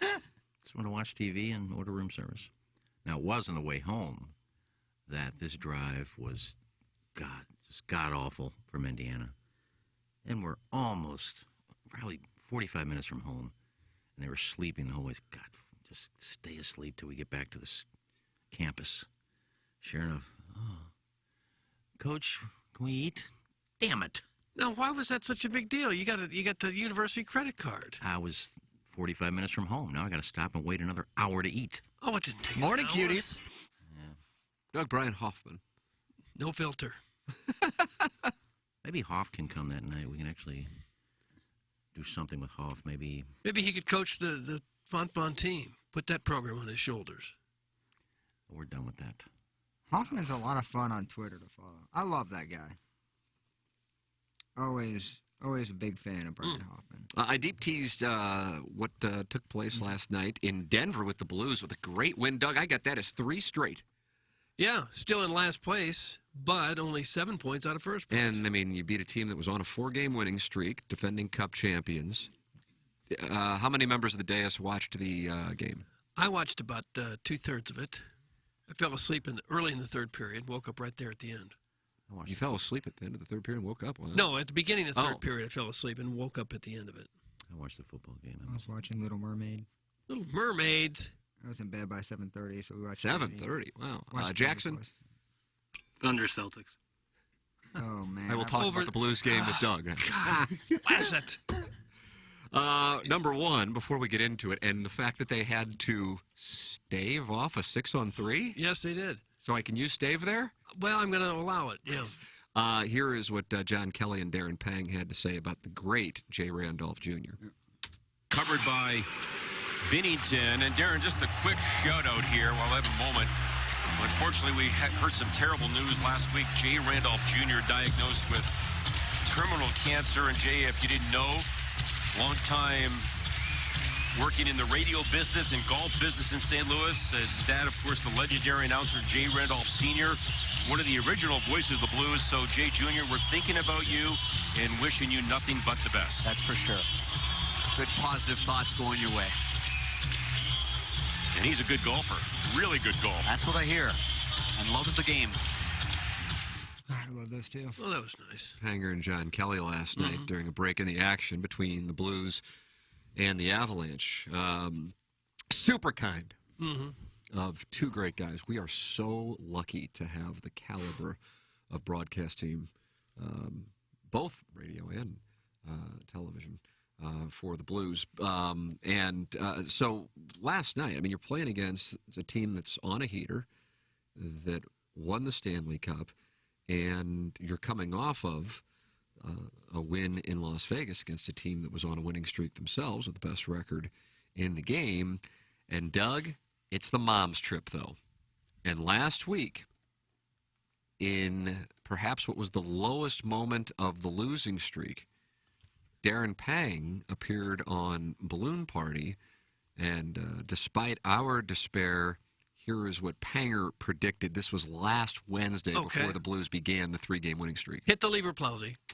Darren Pang with us every Wednesday here. Hopefully when we talk again a week from today, we will have some semblance of momentum as the Blues turn it around. That's what we're hoping for. We will, and I'll tell you why. We will, because I think the Blues are 7-1-1 when they have a father's trip. They're not having a father's trip. They're having a wives' trip, mother's trip, mother's trip. And if I'm not mistaken, that's Colorado, Chicago.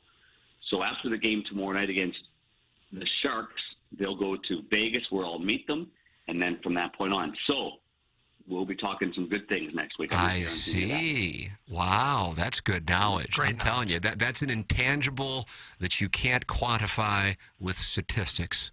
Nice. Yeah, and Doug, well, it will make it 8-1-1 now, if you would, because the moms were there at the Stanley Steamers building, and they were up there in a suite cheering. They sang Country Roads, the adopted song of the Blues.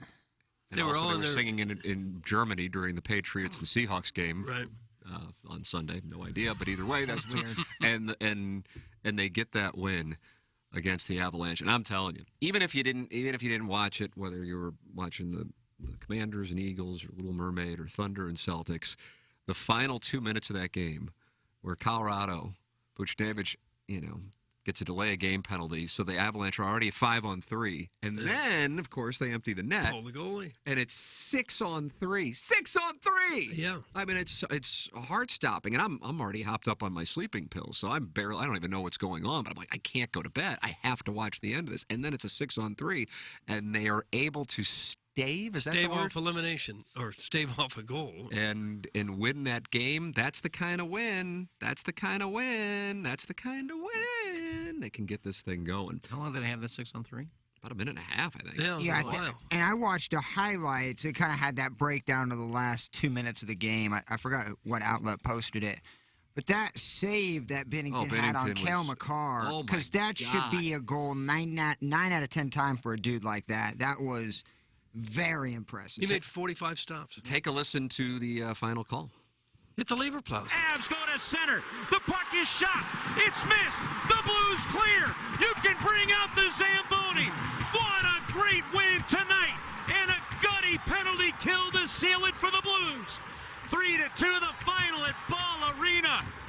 And we had some mom magic tonight. Flip that off. Maybe we'll use that when I go to Brio. It's hard to believe that the moms sitting in the suite, all wearing their sons' jerseys, or the dads doing the same thing, would have that big of an effect, or any effect. But 8-1-1 is hard to deny. Yeah. 80% conversion. Yeah. I think now you go on the road, you rent moms if you have to. Wouldn't be the same.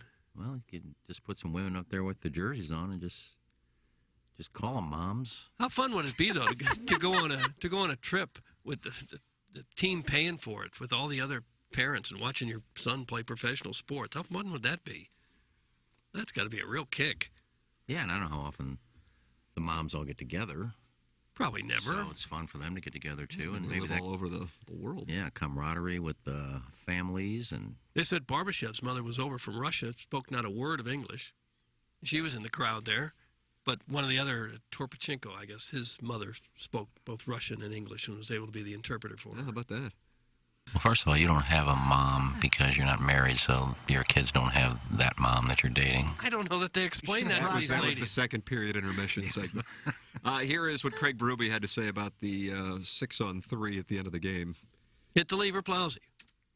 5-on-3 with 1:43 left. I'm sure that's not the way you drew it up, huh? Yeah, it was it's unfortunate with Bucci knocking it out of the air into the stands. It's like, but yeah, guys battled and did a good job. Benner made a big save there. Guys laid it on the line. And here's what he said has changed recently to give the Blues this 3-game winning streak. Okay, lever, please. Hit the lever. I think this is it. Competitiveness for me, we're winning a ton of puck battles out there. I think that we're starting to get our game going in the offensive zone, and I thought that we did a good job defensively tonight, protected the middle of the ice. We gave up outside shots, but we didn't give them the freebies and the slot shots. I thought we did a good job. When you can beat both Vegas and Colorado on the road, it tells you your team is good enough. You got the players that can do it. You just have to put it together, because those are possibly two of the best teams. That might be the two best teams in the league. Only one team in the game has more wins than Las Vegas at this point, and that is Boston, who the Blues faced last Monday night. And, the thing is, and I recall that the next day, because Chris Kerber's with us on Tuesday, so Kerber will be with us on 101 at 10 o'clock. I was a little it kind of reminded me of like a Mizzou post game where, you played them close. And I'm going, God, has it gotten to the point that in this losing streak, now we're excited about when a team plays them close? But in fairness, totally results oriented, the Blues have turned it on. Not since then, because they lost to Philadelphia the next night, but then Thursday against San Jose, Saturday against Las Vegas, and now Monday against Colorado. So they felt like they were starting to get it right. And they're getting it right in the case of Colorado, the defending Cup champions. Not necessarily off to a great start, but they had won 4 in a row. And Vegas, which had won 9 in a row up until the Blues come in there. Now, as Jeremy Rutherford pointed out yesterday when he was with me on Balloon Party, said the weird thing about that Vegas game is we kind of circled as it might be a game they could slip up in because they had an East Coast road trip. You had Eichel with the return to Buffalo, and they might have a letdown game. Either way, the Blues were able to withstand it, and they withstood against Colorado as well. And you get those kinds of wins, and now you can play some teams that aren't necessarily at that level and maybe really pad this thing. And as bad as it was now, the Blues are 4 points back of the Wild for the 4th place spot in the Central. No. Just like that. A lot of hockey still to be played, Tim. Think about that. Remember that there was one year the Cardinals won the World Series, might have been 2011, where they had like 2 different 6-game losing streaks. It just happens in pro sports. A bounce goes against you, a call goes against you, you got a player or 2 hurt, and the other teams are so talented, and then you start to lose your confidence a little bit, and you can get yourself in a big rut, no matter who you are. And you can also get yourself out of it. And the Blues have enough talent, enough talented players that they can play with anybody, and they've proven that. And I'm sure they'll be at least in the mix for a playoff spot by the time this is all over. Which, as weird as it sounds, didn't sound like something this time 6 days ago in particular, because they had lost to Philadelphia again on Tuesday night. Sounded like it was slipping away. They were 12% to make the playoffs a week ago.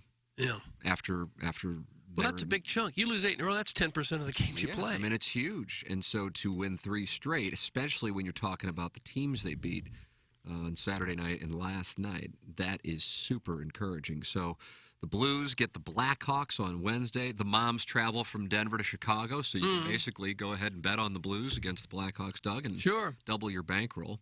And then we'll just continue until they get back to St. Louis on Thursday night and see if the Moms can join them for that one too. I don't know. Just keep this thing going. They'll be going up against Ovechkin. Why not have a family trip all the time? Yeah, have a brothers trip.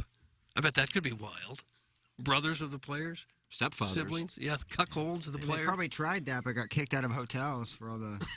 I bet. HD2 trip. Oh wow! They'd have to win the Stanley Cup to break even for all the money they spent. Well, maybe. The other teams probably cut them a really good deal on a suite to put the team in, but maybe not the hotels. Just run a Winnebago. I don't think they want to do that. You don't want sure a Winnebago moms from Russia Denver to would Chicago. love the opportunity to come to America and ride in a Winnebago. Oh, nice. Your old Rosinante can be out there, Doug. You wonder what they must think when you come from a country like Russia, where who knows what kind of conditions they're living in. And then to come over here where everything is comparatively first class all the way, and you go, I can't believe how bad we've got it. Look at this arena, look at the food, look at the hotels we're in, the transportation we get. It's probably a real eye-opening experience. Well, they need to stay with them because they're 8-1-1 when they're with them, and the Blues will not play a team with a winning record until they play Patty Maroon in the Lightning the Friday after Thanksgiving. Blackhawks don't have a winning record. The Caps don't have a winning record. They get back-to-back games against the Ducks in St. Louis. How often do you recall that in NHL scheduling? I'm not sure I do. It makes sense. Yeah. They should do it more. There's no reason to have to travel twice to Western Canada when you could play Vancouver twice and not make a second trip halfway around the continent. So Saturday and Monday against them, then the Sabres and Thanksgiving, and then the Lightning on that Friday night. So it's an opportunity to continue to try to get healthy and be right back in the thick of things with the Blues. And the job that they did last night to kill off that, what became 6-on-3. Absolutely. I mean, for real, like, you don't have to watch the whole game to go back and get that the taste of that enthusiasm. And that's a game where you're talking about bad bounces during the losing streak, although the thing is, a lot of those games weren't all that close. The Edmonton loss at home was close and it was a bad break. I would tell you this, and I would imagine all of you who watched the entire game, I think it would be fair to say the Blues were fortunate to get that one. I don't know how much you were able to watch, Doug. I mean, the second goal was fluky little goal. Oh my there. God! Yeah. I mean, two weird things had to happen: the deflection and then how it snuck past. Yeah, but those happen all the time, and some of those went against him during their 8-game losing streak. And Weird but about 5 minutes left, Blues hit the post and had a great opportunity. But Colorado had all kinds of opportunities. Part of that was just missing. Part of that was Bennington just being sick. I'm just happy they got it turned around because they're such a likable team. I don't want to see him fire Berube. I don't want to see Armstrong become this hated GM. I don't want to see him trade Ryan O'Reilly or anyone else. I like the team they've got. I just hope they do better. But I like the team they have, and I don't want to see it broken up yet. I think I'm half with you, Doug. I love this team. But I still think that the 3-game winning streak doesn't mean you should be reluctant to make a move if there is one to better your team. I'm not saying trade O'Reilly and gut the team, not a trade like that. But I really do think you need a good backup goalie. I just am all about having 2 goalies. The Blues' success has been based upon that. Guys go on runs, especially in the net. So Bennington played out of his mind last night, but you're going to have that 80 or 90% of the games and the rest of the way, and that's a lot of pressure for a guy. Yeah, it is. It is. I don't know what the solution to that is. Maybe Grice is better than we think he is. Maybe shore up the defense, position and maybe get less shots. They've been pretty good about identifying backup goalies here over the last few years. 100%. And just because we didn't see a lot of Grice, and when we have seen them, they've lost and played poorly, maybe we ought to withhold judgment on just how good or bad he is. Hang is super high on Thomas Grice. He's been talking about him all offseason. He really is super high on him. I mean, he goes out of his way to talk about him. Doug, did you see who Pete Davidson's latest girlfriend is? No. Who is it? Can we have initials, please? E.R. Ellen Rodriguez? Nope. They're not going out. E.R. Evelyn Rawlings? Nope. Second letter, first name, please. M. Emma Robinson. No, I'm I don't sorry. see those two together. What's the third letter? I. Emily? Yes. Emily Ratajkowski. Or whatever. I'm going to give that to you. Okay. Emily Ratajkowski. Okay. The model. Didn't she just break up with somebody? She is divorced. Didn't she say she was a lesbian? If so, let me know, and we're going to take a break. No, I'll be right we back. talked about that. What in the hell is it with Pete Davidson? What is it with him? He's a creepy guy. He's kind of an ugly guy. Is he just loaded? October 12th, this article 3 weeks ago, we talked about Emily Ratajkowski hinted that she's bisexual, and the misogynist came after her. Oh. Who's she married to? Yep. I don't know who she was married. Probably Fred Ratajkowski. No, I thought it was somebody famous. I think it's Darnell Ratajkowski. That's correct, and he called Jr. in yesterday to talk with Hot Wife Autumn. You suppose Pete Davidson just fires every shot that he can, and he's one of the few that's got the nerve to go up to supermodels and say, hey, you want to go out? And since so many men are intimidated by them, and he's kind of a star in his own right, they just say, okay? I think what really catches women, and gets their juices flowing is confidence and humor, I do believe, is what kind of Pete Davidson. I mean, he's wielding a gigantic hog. How do you know that? How would you possibly know that? That's no Hollywood Ariana secret. Grande said it. Yeah, that's no Two of Hollywood his girlfriends secret. have said that. So now all the girls know. What they're getting into, yes. That's not why they go out with a guy, though. Okay, so if he had a 2-inch pee-pee, he'd still be rolling in these? Doubt it. He's also super self-aware and very emotionally open about Wow, sounds like Jackson wants to receive his love. No, I'm just saying this is why, he's because people often wonder why this guy who kind of looks sick in some ways, has had so many women, but that's the reason. Drama-free, I think, is very important. He doesn't like being in the spotlight. He doesn't mind it, but it's not like he's looking for the nearest camera or, looking to do a movie shoot. He doesn't really care, and I think that's probably a breath of fresh air for some of these Hollywood celebs that, probably date guys that care more about what they look like than they do. So probably a good change of pace. Doug Colorado wants to talk about Pete Davidson. Oh, he is with us now on the Steve No. Schmidt Kia of North County phone lines. From my standpoint, the favorite for caller of the year. I don't know about that. Colorado. So I have a virtual private network. I could get to the dark web. You understand? And everybody on the dark web says it measures exactly 10 inches. That's what Pete's working with. That's what everyone is saying. That's measuring from the base Who's done to that? the tip, and he is circumcised. Who's The measured base. What? it? Who has measured it? So anyway, I want to know what's going on with these listener awards. What is that? Because I saw some Instagram, like you guys shared, and Jackson shared an Instagram post, and when I called, Jackson wouldn't give me any information about it. Do I have to submit my name? Is there a caller category? No. There's been no information about it. I feel like it's mishandled. I don't think you need to worry about winning any awards.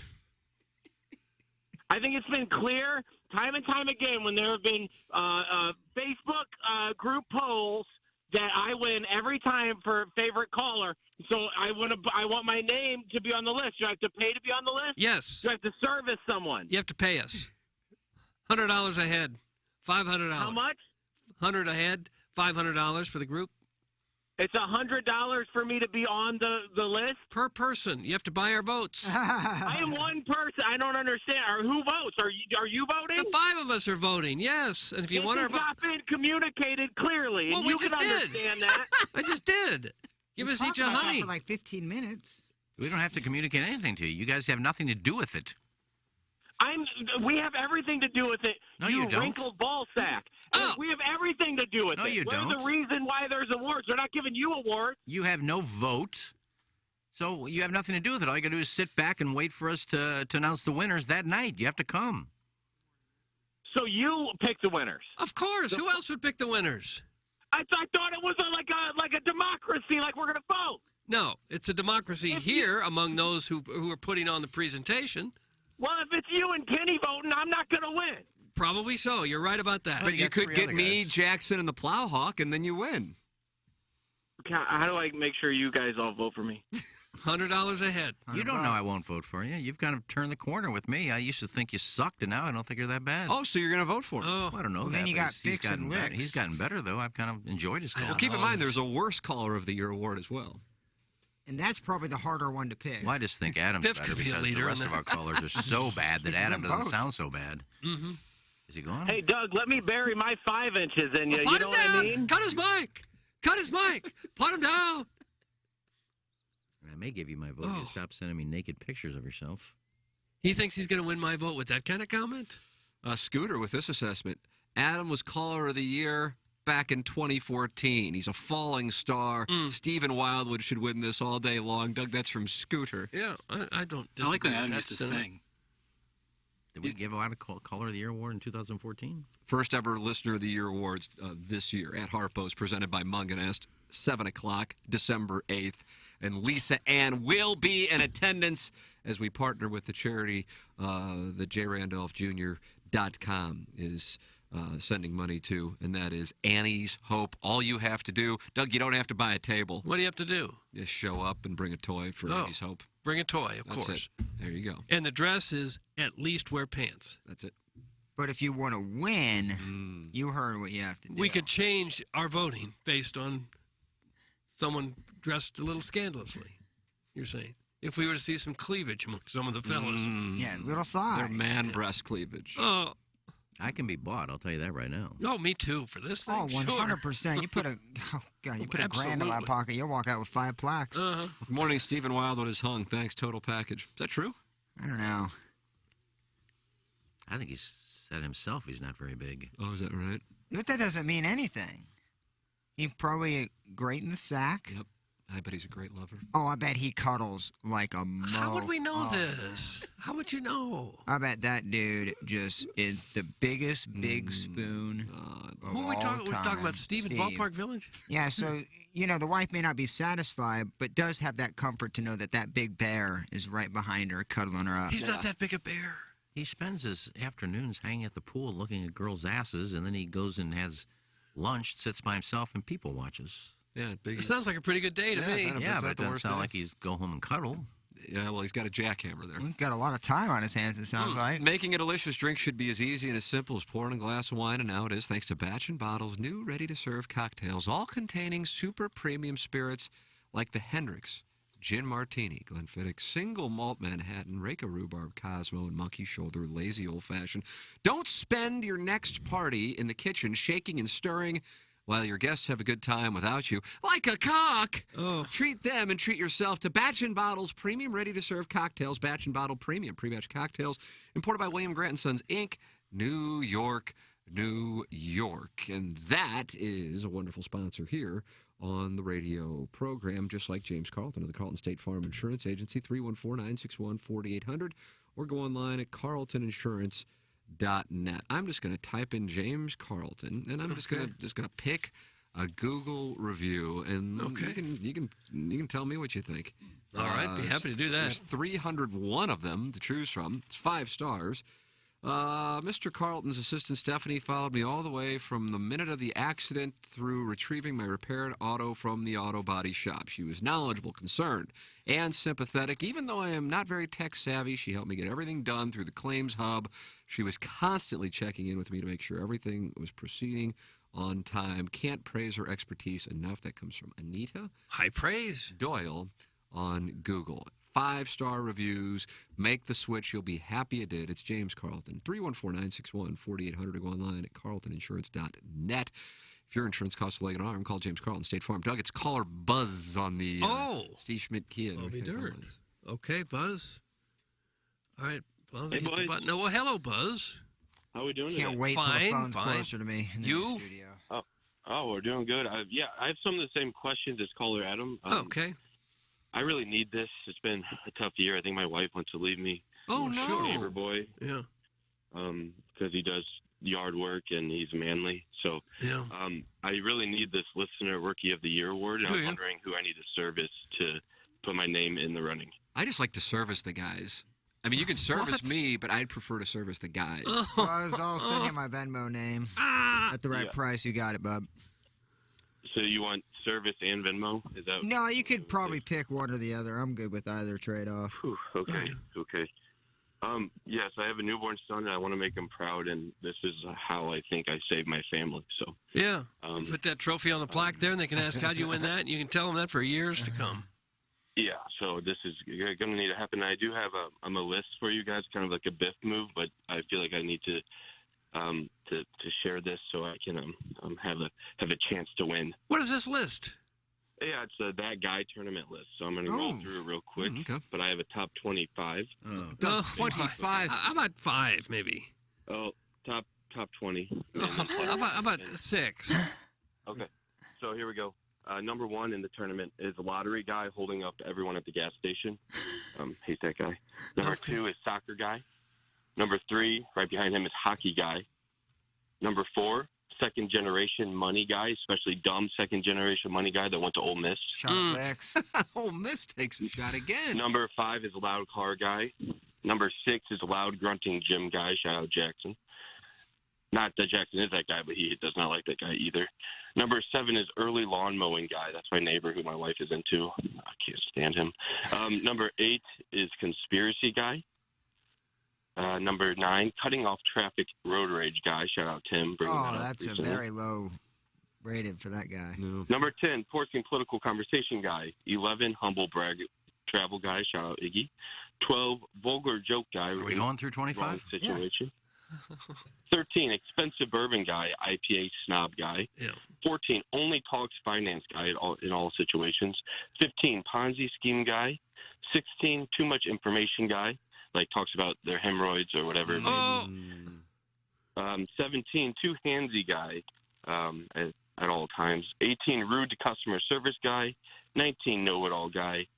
20, lying, sketchy businessman guy. 21, doesn't pay bets guy.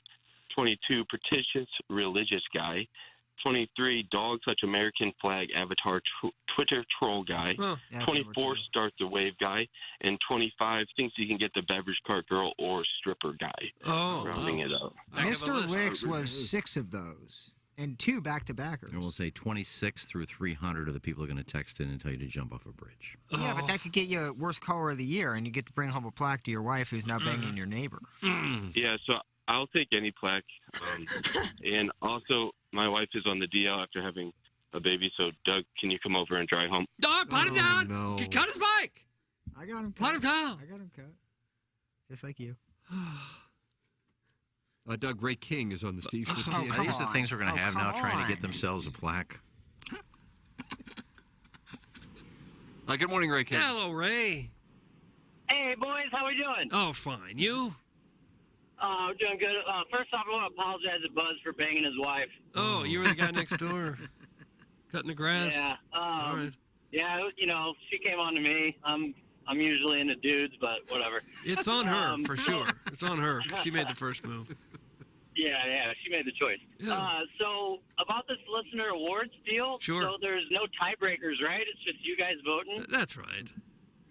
Well, I was going to say if there was a tiebreaker, it'd definitely be, between Steve in Wildwood and caller Adam, right? For which That's award? For the best caller. Oh. Hands down. Like, if there was a tiebreaker, I would volunteer. They could kiss me, and I could, say who's the better kisser. Oh, that's okay. And they could break the tie, Well, I don't know that we need to go to that extreme. Well, that's a bummer for me. Yeah. Doug, did your son win his hockey game the other night? That was just a practice. Just a practice. Oh, it was just practice. Yeah.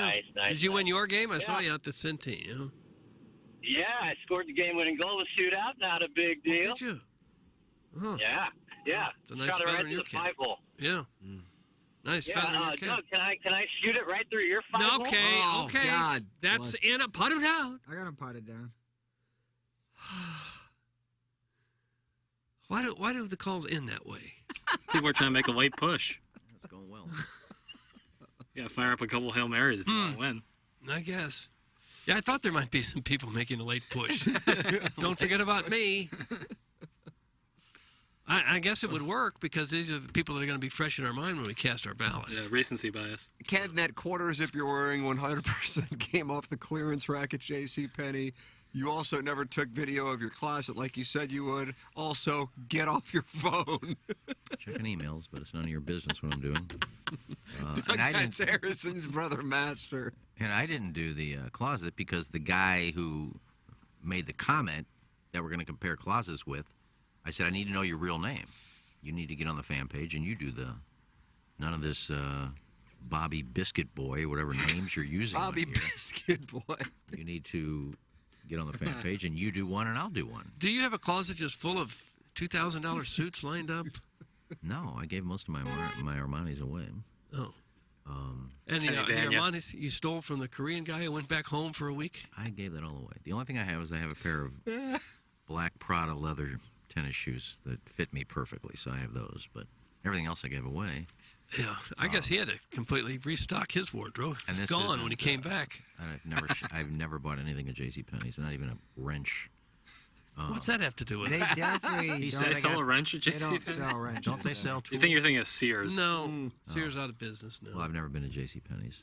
Oh, you have to. Everyone's been to It's the same clothing, though. Yeah, it's the same thing as Honestly, it's Macy's. like, it got to be almost identical. Oh, 100%. Anyway, this isn't Nautica, by the way. A lot of the clothing depends on what part of town you go to. They get different stuff at Galleria than they do at West County Mall. Yeah. Yeah, I've been. I mean, they both carry polos, but Macy's has different style, like 3/4 zips or quarter zips than say. No one has 3/4 zips. Where you Famous zip it bar. down to your navel? Again, it's that quarter needs to zip. be- I don't know why I say 3/4 quarter zip, but they have different. Macy's has different styles than say Famous Bar or Dillard's. And where do you get your threads? I go to Macy's. That's usually where Nordstrom Rack usually. But They not have usually. heat there. Nordstrom Rack, I usually get shoes there, but Macy's for clothes. And you would still put your closet up against any of those from the listeners. Well, it was just the guy that trashed me and said that I wear crappy clothes and this shirt costs $2 or whatever. And I said, I'll put my closet up against yours. And then he never posted anything. Put your closet where your mouth is. Yeah, so I'm not going to do it just to say, look at my closet. I No. was just going to compare mine to his, but Well, he sure. didn't do anything, so I'm not going to do it. Harrison's brother Master says that was me, and I'm not giving you my real name. Dingle my berries can validate my identity and closet. Doug, that's Harrison's brother Master. Take that. Well, He has a validated closet. I'll pick somebody that can validate my closet. I will say, West County Mall, I went there Friday before camping. It was absolutely jam-packed. Was it? To the brim. Took me 15 minutes to get my Annie Ann's pretzel. It was a zoo. Well, that's good. I like to hear that. I don't want to great. see, I don't want I to see all loved the it. malls go out of business. Absolutely loved seeing it. Hey, if you think retail is dead or in trouble, go to a Costco on like a Saturday. I mean, it is shoulder to shoulder people. So it's free sample day. People are in there eating lunch. Well, that's not just it. It's because the deals are good. No, it's free sample It's day. not Saturdays. just free. They always have free samples. Not everyone's interested Saturdays, in you a got like free 19, nacho. 19 kiosks up there, and everybody's like 10 deep at the kiosk. In the pandemic, when they weren't doing samples, it was still packed to the brim. It's always packed. Every time I go, it's packed. How do you have pantries this big? I can't go to Costco because we have nowhere to put it. I would Did you love buy to be so a much? Costco. Well, we were thinking about becoming a member of a Costco's or Sam's. Our problem is, like, I love to buy in bulk. We just have nowhere to put it. And we have a decent-sized pantry in a nice apartment. It's just, I don't want, stacks of things, in my living room because I can't fit it in my kitchen. Right. Well, you could make multiple trips. You could go once a week. Those or are so. people for the barn, the barn off areas where. Oh, yeah, don't give that barn off.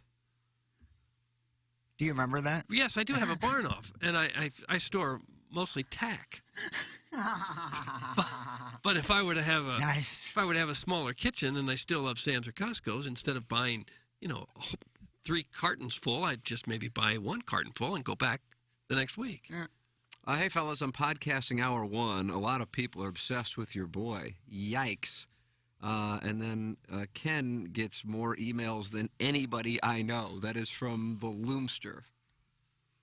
I didn't say I get a lot, but I check them because sometimes I don't check, and then I get home and there's one I probably should have looked at in the morning and I didn't. Yeah, I get that. And then I get home in the afternoon. Oh, well, I'm already home now. Like, too late.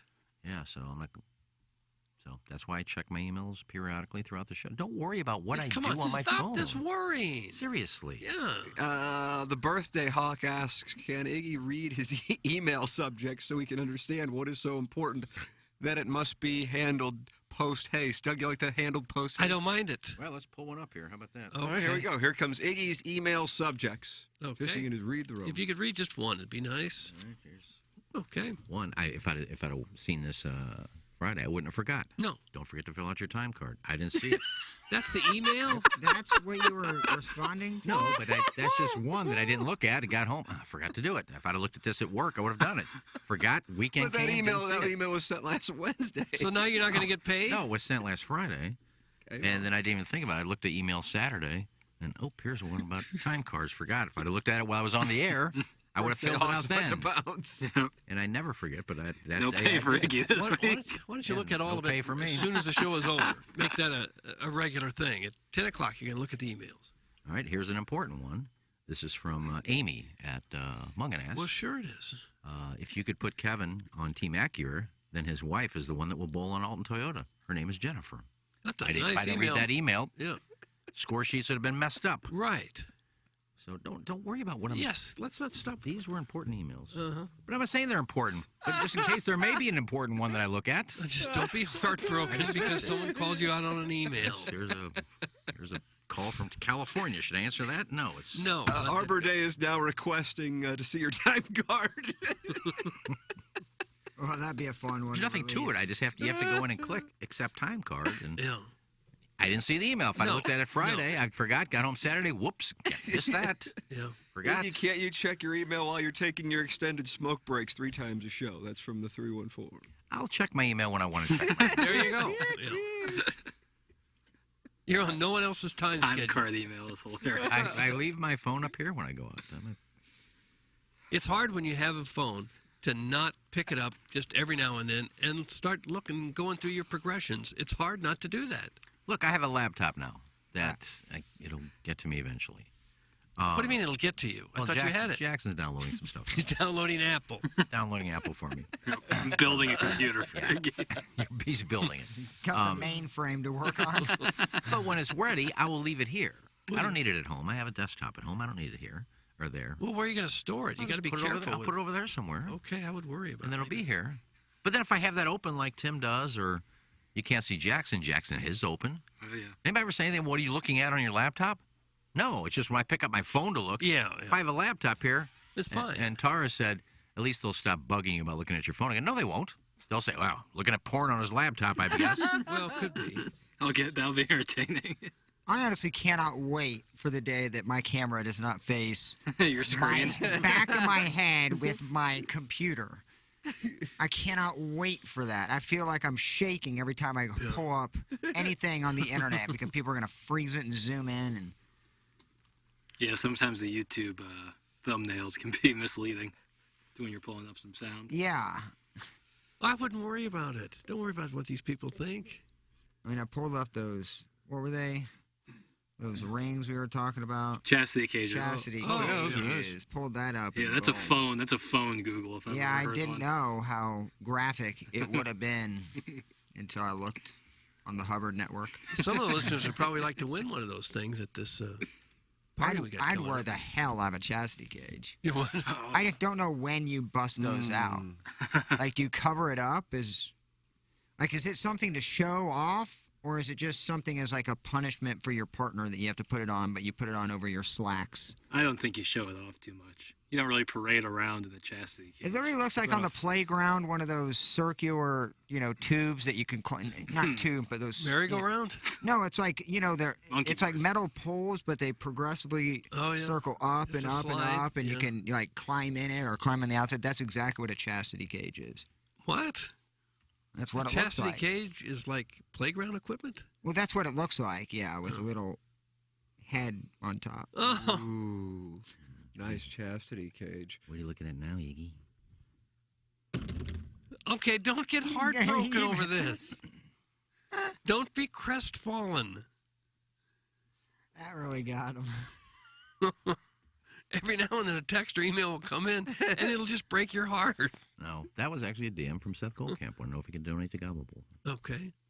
See, those are the DMs. I look at them. Sure, I you get them. You don't know when they're going to be important. It's fine, yeah. And I got Adam sending me pictures of him in the shower. Oh. That's not going to get my vote. No, I wouldn't think so. Guys, I just want to circle back to Iggy's emails. So emails from Friday aren't checked over the course of the rest of the day because Iggy didn't see it until Saturday, but we all diligently keep up on email during the show. Or maybe I am confused by all of this. Unexpected snow. That's from Shooter McGavin. Mr. Licks is complaining because he says he's calling in and nobody's answering. Look, we've taken a lot of calls today. Balderdash. Doug, you like that? Balderdash. I don't mind it. Hogwash. We've reached a limit. Which one is that, Licks or Fix? Licks. Yeah, Fix was on yesterday. Well, how are we going to have a legitimate Caller of the Year award if we don't let them call in and Doug, talk? we've heard Licks. We have enough content. We heard Fix yesterday. Licks, call in. I like when. We can always pot him down. But I don't. This is like a new thing where the listeners say they're calling in when they're not. They don't. I don't get what's the joke? I can't even just see playing on yourself. It's anybody Johnny calling Cakes in. always does it. Johnny Cakes? Yeah, Cletus. Cletus says he's calling in? No, some guy named Johnny Cakes. Oh, I see. So I assume it's Cletus. No, I don't think he's ever called the show. Now, Mike Lee has called from his phone numerous times. I remember hold on. At the when Mike Lee worked at Steak and Shake, man, I loved seeing the caller ID. You're getting a call from Steak and Shake. Is he still there? I know. Steak and Shake's gone, man. He closed down on the one that he worked at, yeah. I saw the one in South County got bulldozed to the ground the other day. No, is that right? Yeah. Where are they still existing? There's one on Webster on Watson. Hampton one in Sunset is Hills. thriving, man. So The that on one Hampton. by Vianney is still functioning? Still open, yeah. But you can't go in. It looks like it's drive-through. I never go there to know exactly what the rules are. The one at Hampton is annoying because the drive-through is so short that you have people that take up the right side of the lane on Hampton, which, let me tell you, is the stupidest idea ever. If you can't fit your car in the drive-through, guess what? Stop. You don't need it. You do not need... How about park and go in? Agree. Because they have kiosks now as well. You don't have to wait for a person to... You just kiosk it, take it automatically into the back kitchen, boom. It's revolutionized the one in Hampton there. It is a game changer, the kiosk. It's kind of amazing we're in an era where so many people eat fast food. They're so popular. And yet Steak and Shake, which was such a staple in St. Louis for years, just completely dried up and going away. I forgot which one I went to. It was at TMA last year, I think. And there was one fairly close to where we were. And they said, yeah, there's one right down the street about 3 blocks. And I went and had 2 double steak burgers with cheese. I hadn't had them in like 2 years. How was it? Steak and Shake are my favorite hamburgers. There's just none by my house. Well, there's only a couple left, I think. Yeah, I know. Boy, when it was firing on all cylinders, it was the best. Doug, you wanted to hear from Mr. Licks. Well, I think it's only fair if we're going to crown a listener and caller and texter of the year, we better hear what they have to say. There you go, Doug. It's your idea. It's your show. It's not my show. Hello, Lex. Hey, guys. Yes. It wouldn't be a TMA show without breaking down St. Louis area Steak and Shake locations. Yeah, that's what we're doing now. Why would anyone choose to live in Festus? Well, I don't know. Maybe they grew up there. Maybe their job is there. Have you ever been there? No. It's a lot nicer than what you think it is. I doubt it. Well, it is. It's not bad. Hey, Iggy. People in Festus would say, who would live in the city of St. Louis? See the crime up there? I agree. I wouldn't live there either. Okay. Hey, Iggy, when you say something like, I don't shop at JCPenney, I shop at Macy's, that's not the flex that you think it is. That one bummed you out, didn't it? That one bummed you out. Really, I'm not trying to flex anything. I just don't shop at JCPenney's. That's where we used to buy, acid wash jeans. Well, you can't look down upon JCPenney if you're shopping at Macy's. No, I'm you looking don't like down on anything. I said I just don't shop at JCPenney's. I shop at Macy's. You don't like Macy's either? Macy's is too low rent for you? Yeah, where do you go? Saks Fifth Avenue? No, I don't shop at department stores. Oh my God. Where exactly do you shop? He travels And to we Barney's. found the worst caller of the year. He travels to Barney's in New York to do all of his shopping. What era are you from, Iggy? An era where we had class, unlike you, douche.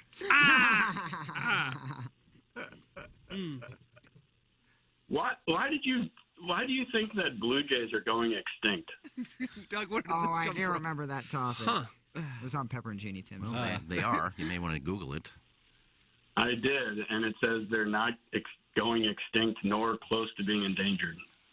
I read where monarch butterflies are close to being extinct. Yeah. Starlings eat all of the blue jay eggs. So there's not that many anymore. I haven't seen one in I bet 3 the or 4 Blue years. Jays are hacked off about that.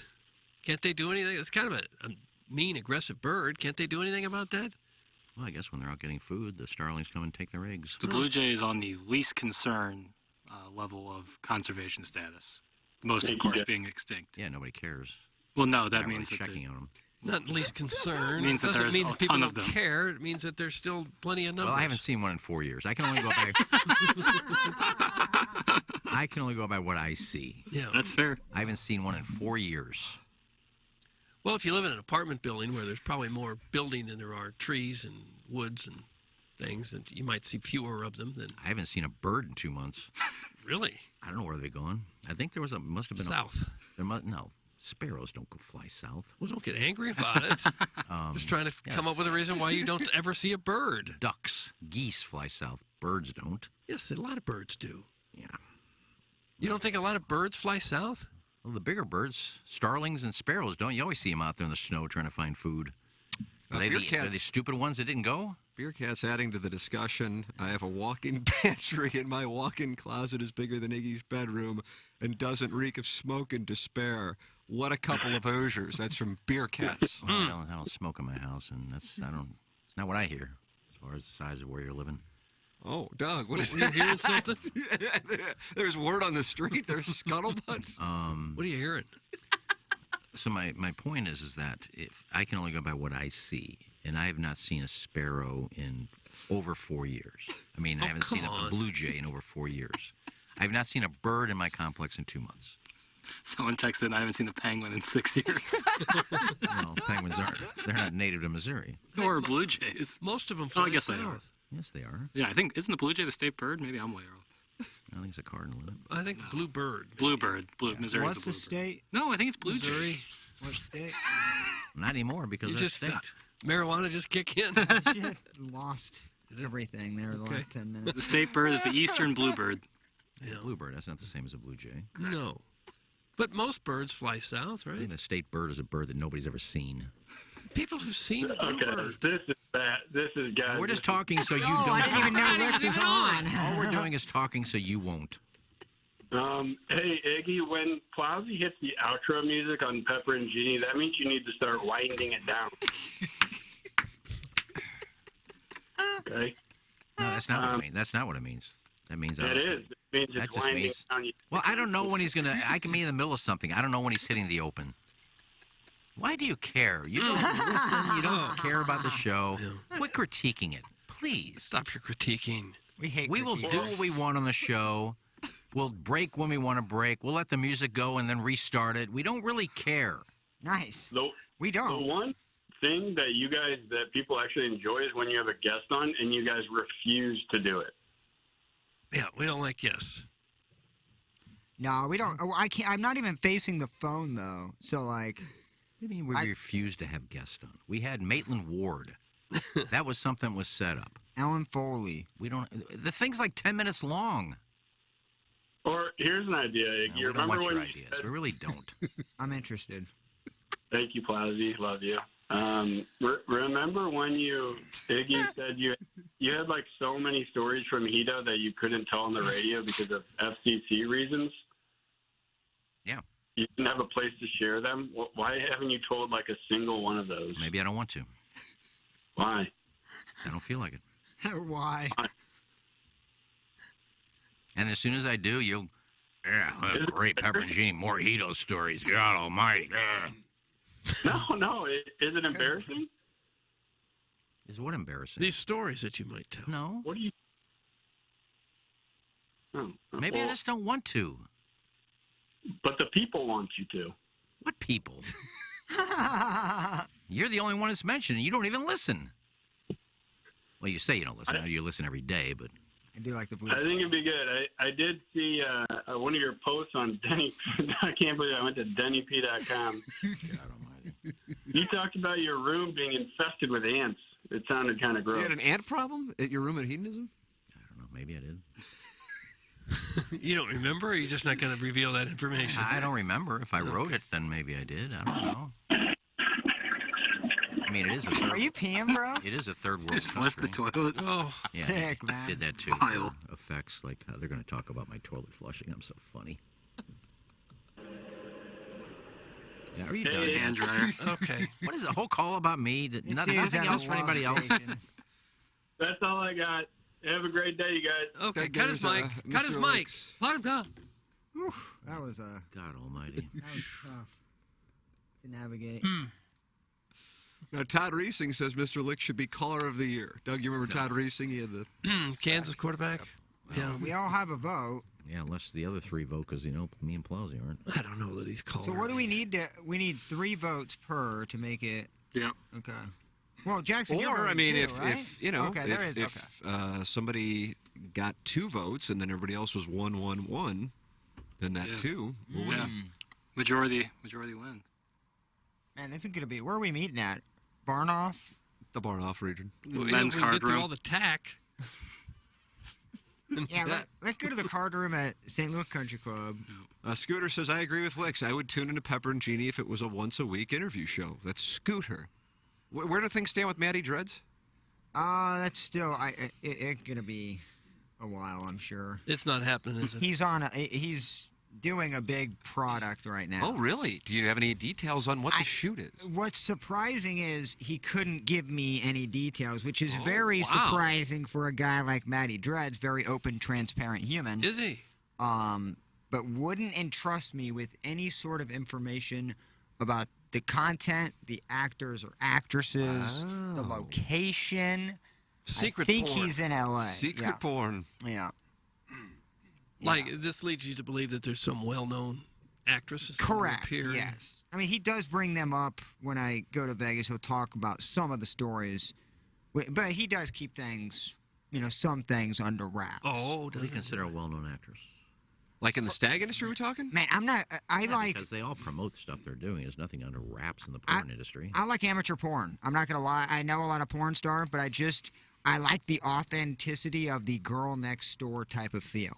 And not saying, Abigail Mack and all these other bombshell, gorgeous, Nicole Anna. I realize they're stunning. Yeah. But for me, I know that's out of my realm of possibilities. So I like more down-home gals. Oh, do you? So that's my preference. Yeah, Inside knowledge on my search history. It's just weird to me in the porn industry that somebody's trying to be secret about something. I mean, Caden, who is the biggest director in the business right now, is always promoting, I can't wait, I got something coming up with Maitland and Angela White, and she's promoting things she's working on. Well, it may not even be like a porn thing. Maybe he's working not in a company and doing a private sector thing. They didn't want a lot of people to know about. I'm not for sure. It was just very secretive.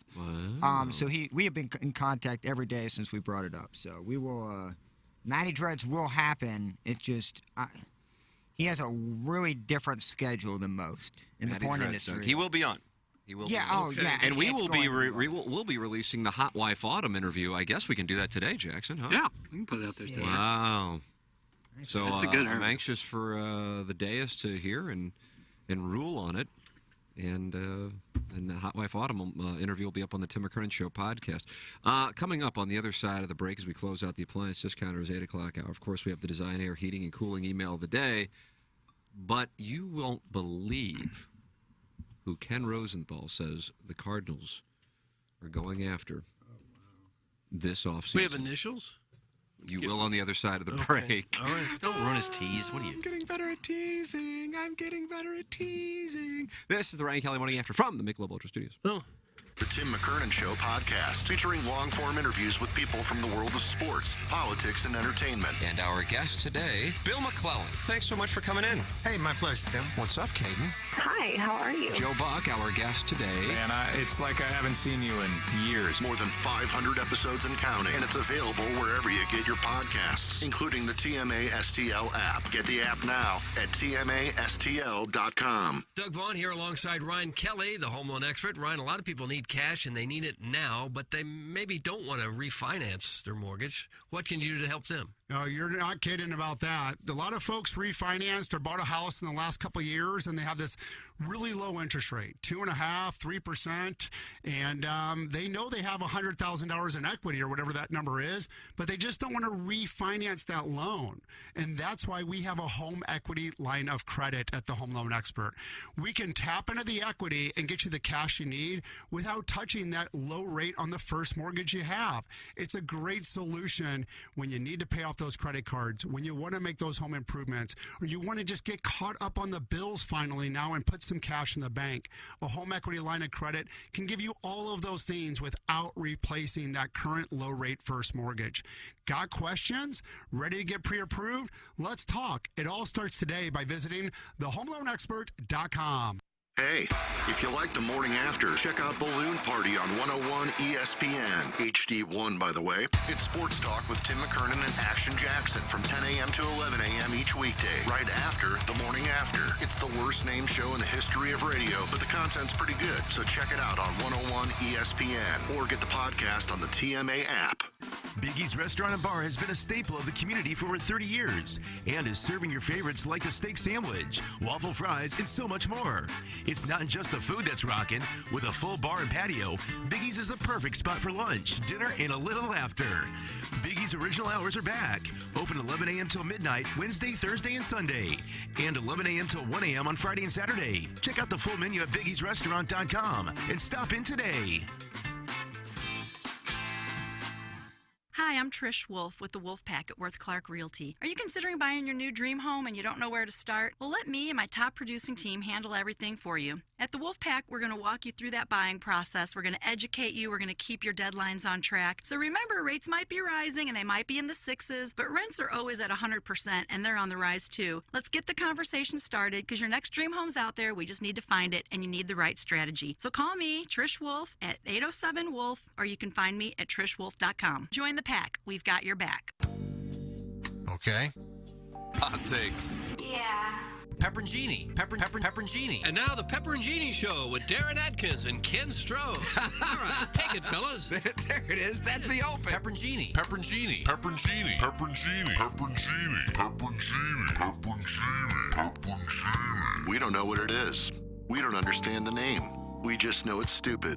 And it's available every weekday, featuring Iggy and the Plowboy. Apparently it's some kind of a podcast or something. Available at TMASTL.com and on the TMASTL mobile app. Whatever. Guess what? TMA is giving out end-of-the-year awards to TMA fans. It's happening December 8th at Harpo's in Chesterfield. And we'd like all of you to be there. You think we're going to have an award for the most misshapen head? Cool, man. Not cool. But maybe we'll do most translucent skin, though. How about the most perverted show member with bleached blonde hair? You talking about me? Yeah. Well, off. You ashen sweet potato.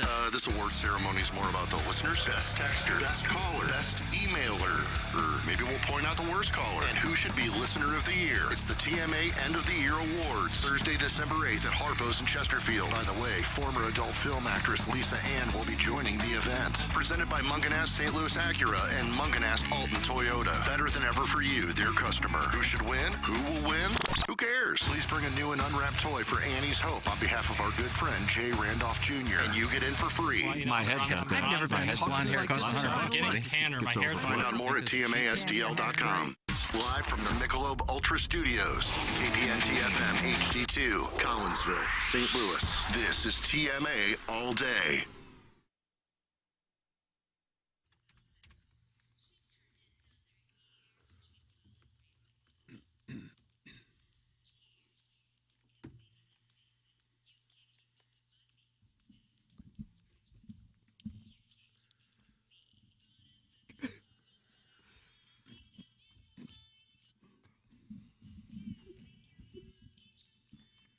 Sick.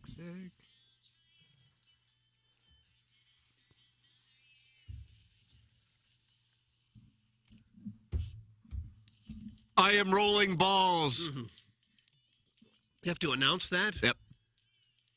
My spine is tingling. Who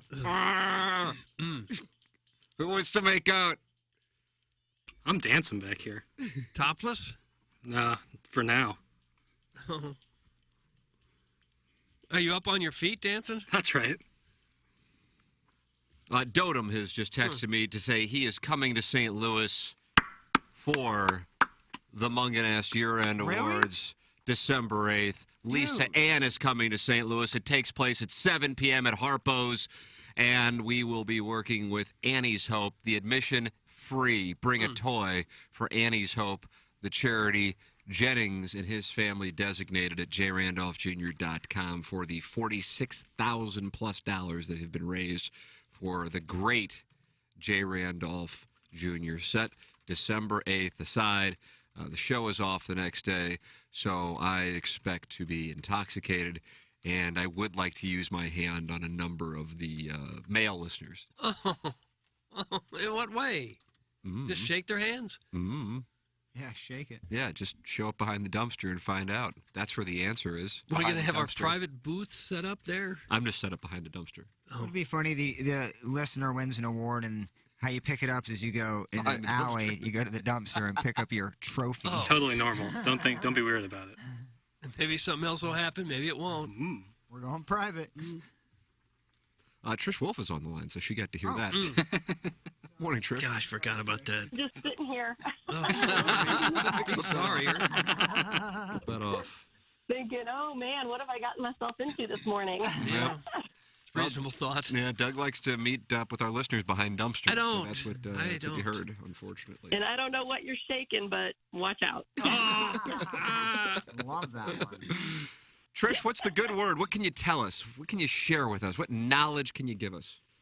Well, interest rates came down a little bit last week. They're still up in the 6s, close to 7. But word on the street, not that we've got any crystal balls, but I just forget I said that. Okay.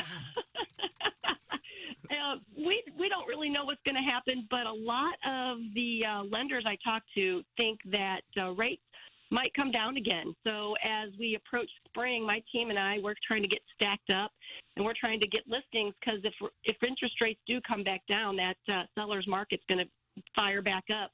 So the buyers are still out there. They're all kind of in a holding pattern, but we really need some listings for the spring because, man, inventory around St. Louis is just really, really low. So, I did see on your Facebook page that there was a CMA listener who posted a for sale by owner on there. FSBOs are the realtor's enemy. So I reached out to him and I offered him a discount on commission. So if I'd like to extend that to all of the listeners, really. If we can get some listings signed with us by the end of the year for spring, my team's going to list at 4% commission. So that is a steep cut, but we're willing to do it for the family and hoping to drum up some business here. How about that? Is St. Louis unique among cities in the country, or is it inventory very low everywhere? Inventory is low everywhere, but I feel like St. Louis has kind of stayed on the healthier side. You know, I'm reading that all around the country, it can be pretty bad out there, and that the market's not crashing, but that they're pretty woe is me around the country from the things I've been reading. But I feel like St. Louis, we've held pretty strong. It's been a pretty good balance, but inventory is what's killing us. So if we can just convince some people to list their house in the spring, maybe we could turn this thing around and even it out a little bit. But yeah, we're willing to reach out to the TMA family here and offer them a discount, and hopefully they'll trust us to get their house sold in the spring, and we can have a win-win. All right, there it is. Trish Wolf with us here. And how can they talk with you, Trish? Well, I always answer the phone when they call. It's 314-807-WOLF, or they can find me on Facebook, Trish Wolf Realtor, or trishwolf.com. There it is. Trish Wolf with us here. That is a great offer for our audience. Thank you, Trish. Thanks. Hope we can sell some houses. Amen. All right. Thank you, Wolf C. Doug, Jerome wants to talk about... Jerome, welcome to the Steve Schmidt-Kia North County phone line. Okay. Hello, Jerry. No, it's me, Adam. Oh, no, Doug. A song about myself since the awards are coming up. Nobody does it better. Makes me feel sad for the rest. Nobody does it quite the way you do. Why'd you have to be so good? No. The way that you hold me whenever Doug holds me. There's some kind of magic inside you, Doug. It keeps me from running. Just swallow Okay, me. put him down. Got his mic. Put him down. Does Carly Simon say just swallow me? No. Is that from a Disney movie? Beautiful song, and he just destroyed it. Wasn't it from a Heinz It's from a Bonds. It's from a James Bond movie. That was a ketchup commercial, too, wasn't it? I think it was originally from a ketchup commercial, then James Bond took it. No, It was an orange juice commercial with Bing Crosby. The ketchup was Anticipation from Carly Simon, because the ketchup came out slow. Anticipation, and the ketchup would barely come out of the bottle. Go keep doing that motion. Okay, Plowsy. That was close. This was from a James Bond movie, The Spy Who Loved Me. Beautiful song, but he butchered it. Great movie, by the way, too. Mm-hmm.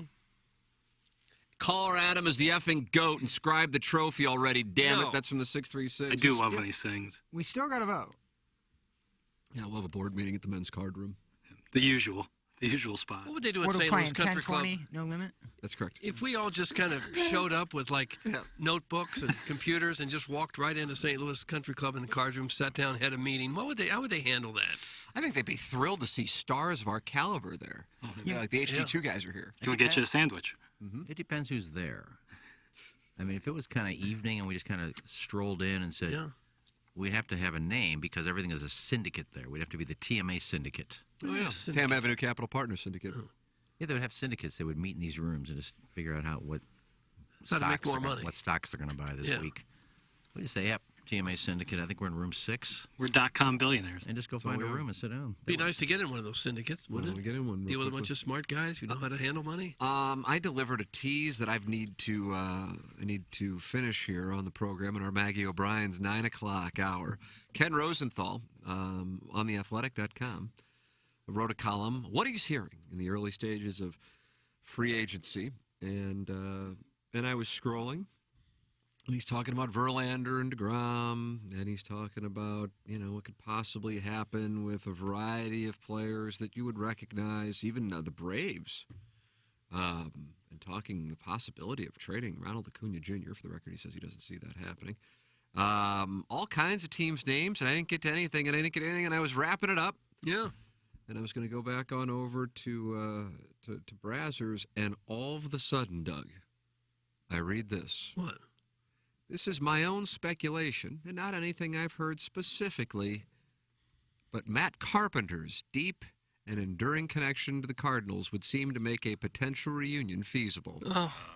Carpenter was a roommate in rookie ball with Oli Marmol. His transformation last offseason included a visit to the Marucci's baseball performance lab in Baton Rouge with Cardinal star Paul Goldschmidt and Nolan Arenado, as well as hitting sessions with former teammate and new Cardinals bench coach Matt Holliday. The retirement of Albert Pujols potentially creates an opening for Carpenter, who turns 37 on November 26th. And the departure of hitting coach Jeff Albert also could enhance the possibility. Carpenter did not blame Albert for his struggles in his latter years with the Cardinals, but said, quote, "I just never bought into the analytics like I should have," end quote. Ken Rosenthal not making it clear. He's not hearing it. Yeah. But that is something He's just making it up. Putting 2 and 2 together. Yeah. Matt, did you know in the top of the fourth that Don Mattingly made the statement that it makes him think that the Stan Musial is in that body and running around here? Sick. John Lackey. Well, if Carpenter didn't cost you much and you needed a bench piece, I think that's fine. To go into a season saying this is our DH, I think that'd be bad move to make. It would have to be free. I don't even think it's worth the league minimum. At this point, you got guys in your system that are serviceable. He had that nice run with the Yankees, but also it's like a 340 porch out there. So I wouldn't say his stats would be replicated in any way, shape, or form from what he did with the Yankees. He had a stretch there that was Ruthian. I mean, he had a stretch that no Yankee had done since Babe Ruth. Yeah, he had a stretch here, too. Yeah, the Mendoza stretch, to where he barely hit 160 and absolutely destroyed the Cardinal payroll for 2.5 years. Yeah. I'm good. I don't know what kind of money he would demand. If it was a couple million and you got a bench piece, a guy who might pinch hit and hit one out of the park every now and then, I guess you don't want your young guys, your top prospects in the minors, sitting on the bench most of the time in the major leagues. That's why they don't bring one of those guys up for a bench job. But if he's going to want 10, 12, 15 million, then that'd be a hard pass. I love Matt Carpenter. I love what he did here, and I was so happy that he had success when he went over to New York. But I don't want him on this team again, taking up a roster spot at 37 years. You probably want Dexter Fowler, Jason Hayward back. No, I know who I want. They're not going to go get him, but I know who I want. Who do you want? I want Trey Turner. There it is. But they're not putting 3 guys making $30 million on the same roster. Probably not. I hope for the B-Fib's sake and my love for watching Cardinal fans crumble is I hope this is the first off-season move they do, and then they wait a month to do something else. So it just, you stew with, you see all the other teams going after the big free agents and Bogarts. My belief is they will get a catcher first. That's what I believe will happen. Why am I the only one that doesn't think paying for a catcher makes any sense? I don't want them to acquire Contreras. I want them to acquire Murphy. That's what I'd like. I don't want them to spend money on Contreras. Yeah. Well, you've got some young trade bait because you got a few too many young players at middle infield and in the outfield that the A's might be interested in. And Murphy's an aging catcher, so it's not like he's going. I mean, Tyler O'Neill and a low-A prospect could probably get something like that done. Maybe not that exact trade, but it's not like you're going to have to package 3 or 4 prospects to get a He guy. just hit 18 home runs for the A's, didn't he? And he's I think he won He's a only Gold Glove. 28. Did you say he's an aging prospect? I thought he was closer to. I thought he was 30. He just turned 28 last month. He's right in his prime. He'd be a great guy to have. It would cost Gold you Glover, something. 2021, Doug. Yeah. That to me is where you want to make sure you have some defense and somebody who can call a game. Yeah. Because obviously the Cardinals were able to win the division without getting offensive production from that position. Get your offensive production at shortstop and in the outfield. And don't allocate all those dollars for Contreras. That's where I am. Between Edmund and Donovan and Gorman on the infield and Wynn in the system, and then Nootbaar and O'Neill and Carlson and these guys in the outfield that are all about the same, and you could probably part with any of them and fill his role. I would think a couple of those players could probably get you Murphy. I think I would love to see them trade Gorman, trade O'Neill for your catcher position, whether it be those two are in the same trade, separate trades for, what have you. And then I want Xander Bogaerts so bad I can't even get over it. Like, I understand Trey Turner. He's going to be more pricey. I realize Dansby Swanson, kind of a different player than Xander Bogaerts. That's who I want. I think he looked really good in the jersey, fit well. That's who I would see. It's going to cost you money, but not Trey Turner type of money. It's not going to be ridiculous. Your thoughts are welcome by texting in the Engineer Design Facilities text inbox 314-881-TMA5 or email in for our Design Air Heating and Cooling email today, which comes your way in 19 minutes. Chris Kerber will join us on Balloon Party on 101 ESPN coming up in the 10 o'clock hour. Time will he be joining us, Jackson? 10:15. 10:15. Chris Kerber on the Blues win last night in Colorado, including the phenomenal finish. 3 straight, and the Moms are now 8-1-1. The Blues Moms trip record, 8-1-1.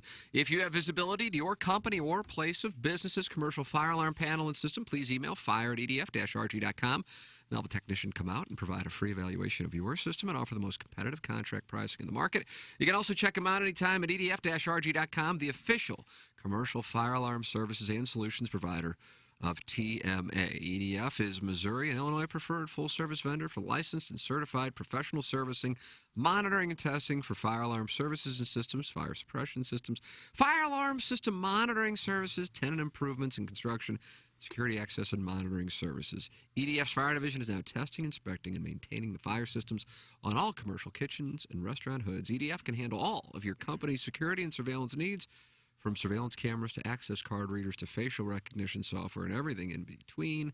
It's engineered, designed facilities. Cybersecurity is the most exciting career in technology and one of the most in demand. Centric can train you for a career in cybersecurity, and they can do it in just 4 months. Centric's hands-on program teaches you the actual job skills you need to get started. No history, no biology, just technology. That's how they do it in just 4 months, even if you have no IT experience. And you can do it online, you can do it in person, you can do it in the evenings, you can do it during the day, whichever works best for you. If you're interested in a career in cybersecurity, call Patrick Nealon at Centric Training today, and he'll walk you through Centric's cutting-edge program and show you everything Centric does to help get you started in your new IT career. Call 314-450-4714 or go to centric.com/STL. That's CENTRIQ.com/STL. Cybersecurity is a problem for every business in St. Louis.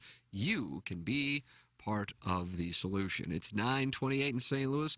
Don't forget, this week, Friday night, is pizza night, and Uncle Leo's has buy one pizza, get one 50% off. Friday night is pizza night, Uncle Leo's, this week through Sunday for TMA listeners. When you let them know you're a TMA listener, buy one pizza, get one 50% Well, and that's good off. pizza. They brought it in here before. God, how It's do you great. do? Yeah. It's good. Wingy, the Fungo wings and the pizza. It's an absolute You haven't ever feast. been there because the store itself is kind of hidden. You may not see it if you drive up and down Lindbergh there. But once you find it, that'll be your go-to spot. Absolutely. It's the best. Rory McIlroy is calling for Greg Norman to resign. He said, look, he's made his mark, but now is the right time to say, look, you've got this thing off the ground, but no one is going to talk unless there's an adult in the room who can actually try to mend fences. His comments come just a day after Norman claimed that both McIlroy and Woods should be thanking him. McIlroy said every PGA Player Tour should be thanking Liv, or Norman said every PGA Tour player should be thanking Liv, including Tiger Woods and Rory McIlroy, because the PIP program wouldn't have been increased without Liv. Prize money wouldn't have been increased without Liv. All these other things that have been introduced by the PGA Tour because of Liv. Rory McIlroy. Well, there's some truth to that, isn't there? There's 100% truth to that. You think the PGA Tour, out of their own goodness of their heart, would have increased any of these events and prize pools? Not even close. So why would he think he would retire? He's just mad. And he just wants him to resign. Well, he may be kicked out soon anyway. Why? They've been talking to the guy who actually took over TaylorMade and turned it into $1 billion business. They've been talking to him about coming on as commissioner and running the tour. And if he says yes, I think Norman's out. And let's running the Live Tour. Yeah. Let's talk about both sides acting childish as all hell. Let's not act like Jay Monahan had been the adult in the room half the time either. This guy, before even trying to negotiate with Liv or get some sort of semblance of some kind of relationship, just completely just passing this Saudi-backed tour to show everyone how awful they are. I mean, Jay Monahan is just as childish as Norman is in this case. I don't know. I think they both played it terribly. Even if among those who don't like Greg Norman, you have to admit that it looks like he's making it work and that they recruited a lot of big-name PGA stars. In so the I first think year. he's been pretty successful with what he tried to do. I mean, you give me a blank checkbook, I'd be able to assign some people. Yeah, well, but he did it. Because I'm sure there were a lot of people that were hesitant saying, I don't know. Well, if they ever come up with a way for these players to get world ranking points, you will see a lot more players from the PGA Tour jump. And this is gonna That I agree with, sir. And you feel like the Saudi back thing will probably disappear, that kind of that narrative in the next 2 or 3 years. That's where I think I see a TV deal going in the next couple of years, but they couldn't the first year because there's so much negativity, obviously brought on by the PGA, and obviously Shipnick a little article from Phil Mickelson that wasn't an interview, whatever the case might be. I think in a couple of years you're going to see that narrative kind of change, and you could see, Fox Sports or, just name a random network that take a chance at it. And that's what really seals the deal. You actually have revenue now, money coming in. You could sell sponsors, advertising, which may be difficult, but... Now, I know that people say they don't watch any sport for the announcers. I think some people tune into golf because of some of the announcers. Who?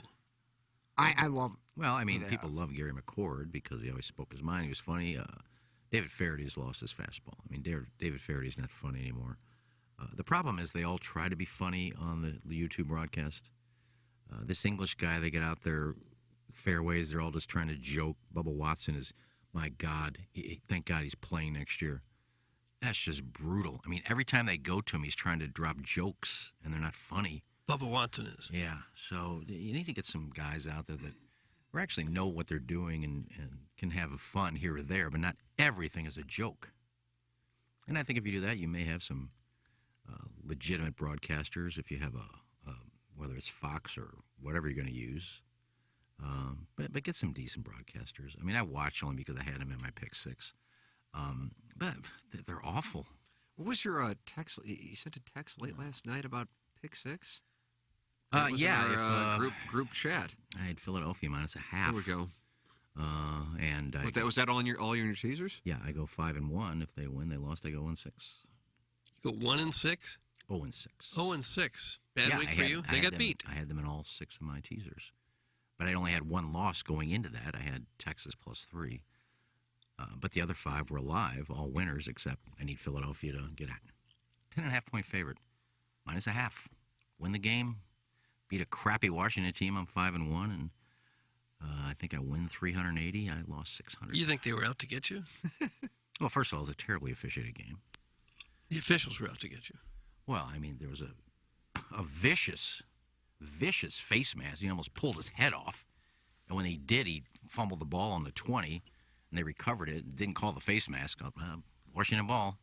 I don't know why quarterbacks wear pads or helmets for that matter. I honestly think eventually quarterbacks will just be able to wear khaki shorts and a nice T-shirt. They still get tackled. Dude, the late hit roughing the passer thing, that's so manipulative and just so... The players are going to start tearing ACLs to try to stop the momentum, to try to not hit somebody. I mean, can you imagine going full speed and if a guy immediately goes from running to absolutely limp and a knee in a quarter of a second? What the hell are you supposed to do? That was third down. That Heineke minute thing is a 50 to joke. go. Minute 49 to go. Third down. He goes down, trying to run around. He goes to the ground.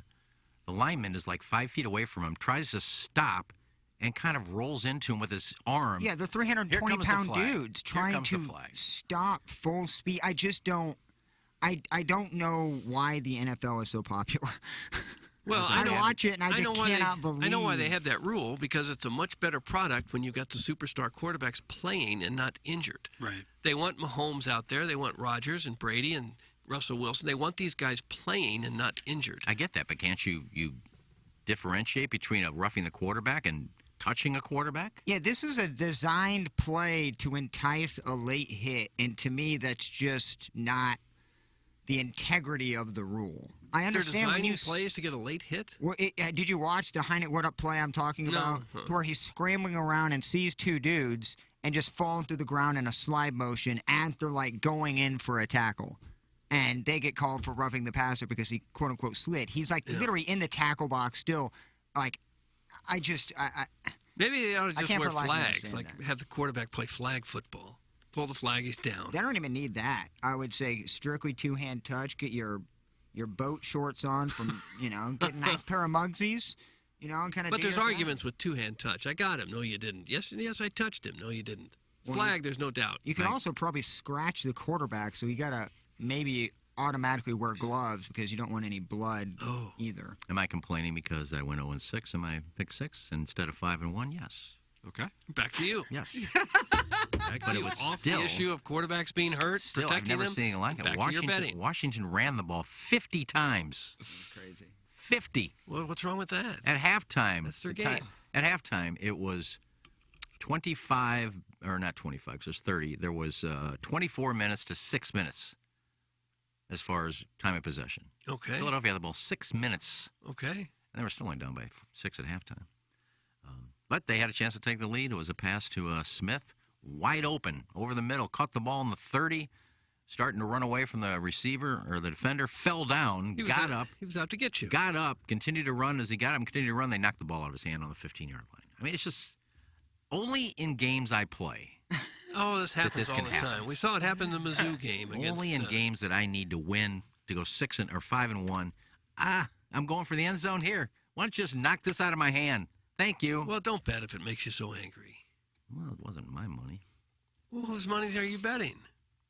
Well, it's not money. It's fake money. Oh. I need to give so me I some didn't of that. lose. I didn't lose 900. So you're dabbling in counterfeiting now? No, it's just pick 6. It's a Joe rule this year. Instead of wins and losses, it's money won. So get ready, Joe. This week there's going to be probably 6 golf picks of guys. Oh, Doug. Guys that plus 800 to make the top 10. Get ready. They're all coming now. You're going to make Joe pay the price for this, for your agony. I have no choice now. I went from probably up $200 to minus $780. Oh. So I have no shot now. Okay. All because you just can't catch a ball. And you can't see a face mask. And you touch a quarterback and it's roughing the quarterback. Well, anyway, back to you, Steve. Okay. This is what happens when you gamble on sports. Sometimes you have your heart ripped out. Well, I'm telling you, I sat there, I did all kinds of analysis on that game last night. It's been good to me, too, on the, kind of finding the sneaker plays. And there was nothing about that game. And listen, I mean, obviously these will happen, of course. No gambler wins even 80%, much less 70% or 60% is difficult enough. But I thought the Eagles would blow them off the field. And that was after that was going through a bunch of, for real, 2.5 hours worth of numbers. And then I build out all these rosters. And the reason was Taylor Heineke is just dreadful under pressure. And my thought process was A.J. Brown would kill it and Hurts would kill it with Brown. And Brown was held in check. He got hurt early and wasn't really, he went back out there. Yeah, he wasn't the same. So they started to lean on Smith, and he had a touchdown. But I gather, and to their credit, it was a wonderful game plan that Washington's strategy was, all right, we're going to counter the fact that Philadelphia's defense is just brutal, and they're going to pressure Heineke. You can't handle it. And we're just going to hand the ball off to Brian Robinson. And he nearly ran for 100 yards. And that's what they did. They ran the ball 50 times. And Antonio Gibson got in the end zone as well. And the stats you looked at, I saw the same things. I mean, on third down for the year, Washington was like at 22%. Last night they were 88%. In the first half alone, they were 11-12 on third down. Last time they played, they were Philadelphia sacked them 9 times. They got to him in the very first play of the game, or the second play of the game. They sacked Heineke, fumbled the ball, and they scored 3 plays later. In a minute and a half, it's 7-0 Philadelphia. So here comes the blowout. And no, we forgot that you need this game. I don't think they were thinking about that. Good morning. Why does he think that any of us care about this? Thanks. That's from the old Appleton stepdad. Doug, he doesn't say a lot. No. But when he talks, people gather around. Right. He makes a lot of sense there because I'm sure nobody cares about what I just talked about. Todd Reesing says that's what you get for putting the same game in all of your bets. Ken. Yeah. Did Boots lose $1.25 and we have to hear about it? Starfish Street. All of the more ridiculous takes this fruit roll-up eating dork has given. That last take may be the worst. A play designed for a penalty? Jesus. That's from Nathan from the east side of Alton. Well, Let's read what's in the prompt. in college football and the NFL, there is a play designed for pass interference. You just that they should run more often. You do all go routes and you throw it up. Yeah. You Go underthrow deep. it. Run as fast as you can. I'm going to underthrow you by 10 yards. When you stop to try to catch it, they'll run over you, knock you down. So interference. Suck it, you terrible texter. Go watch the game. Palazzi's right. Go watch Heineke. Watch a replay. He had nowhere to go, and instead of going down right away, he kind of stood there, waited till they got close, and I'm going to go to a knee. Then they hit him, and it wouldn't even hit him. They kind of tried to back off and hit him with an elbow. Up, flag. And then Heineke got up like he just won the Super Bowl. Yes, yes. He knew what he was doing. I wish they had flags for, what is it in soccer where you fake an injury, you fake... Diving. I would absolutely love that in pro sports. Do that in basketball, too. Flop warning. Yeah, it's helped a lot in the NBA with the flop warning. Got beat by a guy that couldn't even make the starting lineup for the St. Louis XFL team. Well, are we still talking about your gambling? Yeah, the 0-6. Oh. We still got 10 minutes. Well, good news, because Stratum Structural Systems, with what looks like a blizzard out there, Doug. Yeah. Just any sort of heads up would have been helpful. Nothing coming down. You get water in your home, call 314-620-8153. It's Stratum Structural Systems. Think local, think Stratum, waterproofing, and foundation repair. They are in Chesterfield, Missouri. They are in Columbia, Illinois, and they have been in my home 2 different times to save the day. It is Stratum Structural Systems. Matt Ford and Brett Groman. They put the customer's interest first, and they put themselves in your shoes and work quickly to put solutions in place and your mind at ease. They work for you. It's Stratum Structural Systems online at stratumrepair.com. Doug, can you tell us about our title sponsor? His name's Ryan Kelly. Well, he's got all kinds of ways to help you with your mortgages, including that VIP refi program that's new. Interest rates are up, but that shouldn't stop you from buying a home. With the housing market returning to normal, now is the time to strike a deal on a home that would have been unheard of a year ago. You can make up for that higher interest rate with a lower asking price on the house. Sellers are looking to make deals right now. Reach out to Ryan Kelly, the home loan expert, to get yourself pre-approved for your dream home today.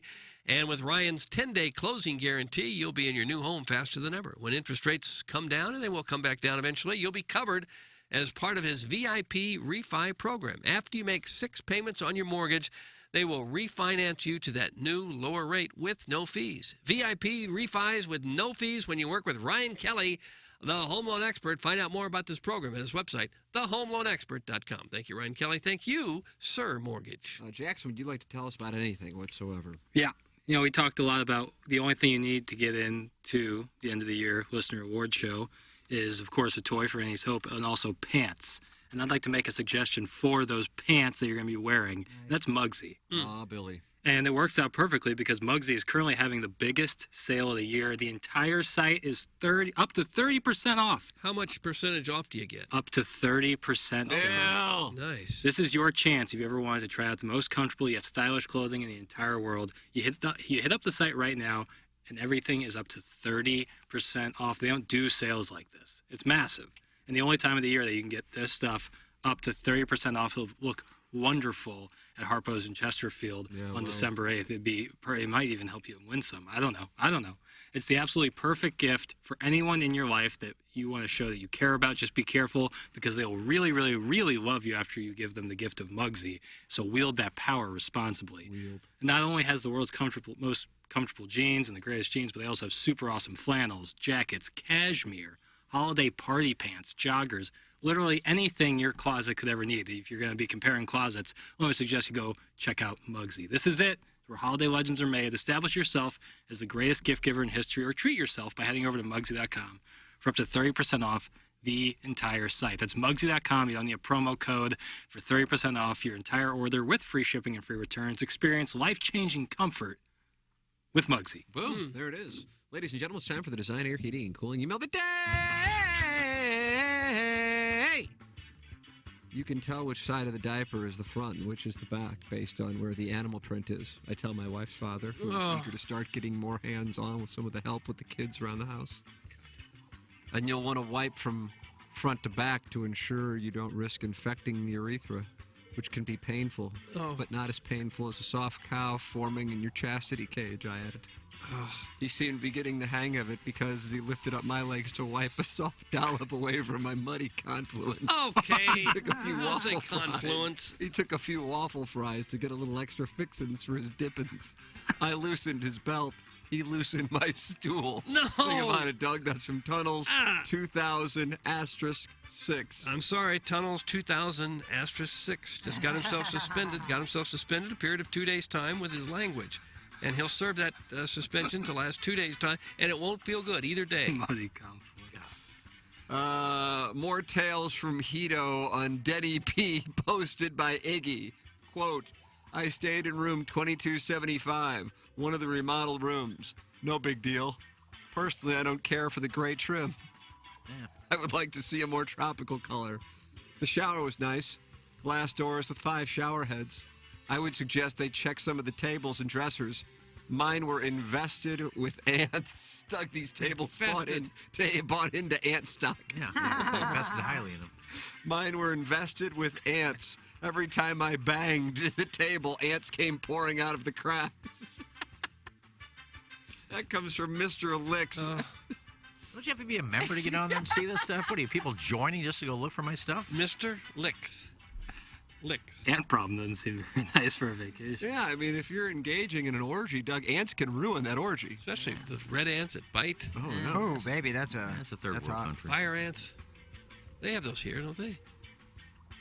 I've seen some red ants. We have biting ants here. No Blue Jays, though. Right. No. Just bluebirds. First of all, Tim, I would be honored if you would treat me like a dirty boy whore on the night of December 8th. But this email's about safe driving. I remember when I was a kid, it was the first time Uncle Skip let me sit in the front seat of his Le Mans. When Skip threw his cigarette out the window and the wind blew it back in, about a mile down the road, I started to smell something funny from the back seat. I turned around and saw Uncle Skip's drinking buddy, Tony, finger-popping the goodie hole of the hitchhiker we had picked earlier. Oh. That's from Rex Tall Grease, listener of the rear. Rextal Grisset, listener of the rear. He's new. I'd like to formally nominate KG in O-Town as listener of the year. And I don't think it's even close. He also receives bonus points for his big D energy. It's clear that fella's packing a girthy hog. Here are some other end-of-the-year awards. Nicest rack, Andy Hanselman. Nicest rack in a sports bra, Joe Roderick. Biggest loser and worst caller, Mr. Licks. And unless Richmond, Maryland Heights reemerges the next few weeks, don't even nominate anyone else because this is a slam dunk. Most ineffective closet Doppler, Iggy. Name one time my forecast has been incorrect, Strode. Most email typos submitted, Kevin Miller. Most unsolicited crotch pics submitted to the fan page, also Kevin Miller. Cutest TMA cast member, that's a toughie. I guess it would be a tie between Doug, Tim, Plowsy, and Jackson. Mm-hmm. Oh, I'm sorry, Iggy. You had to hear that. That's all right. Just go ahead and give me his name because that won't be my vote. Oh. But the tiebreaker goes to Jackson because he's got the juiciest dumper. Oh. It's true. It's true. I'd also like to nominate Jay Jr. for being the best fill-in host, best toe taster, funniest storyteller, and all-around greatest human being. We love you, Jennings. You're the best. That's from the JV Golf Coach. Oh, JV Golf Coach. Well, the human Home Depot bucket screwed me again. I am buried out here in Wentzville. It would have been nice for a heads up. My boyfriend Simon and I were unable to get out and go to our Glory Hole Aficionados pancake breakfast. Ergo. Don't you like that ergo? I don't mind it. We have both been removed from the board and lost our seats at the dais. What do I tell my kids?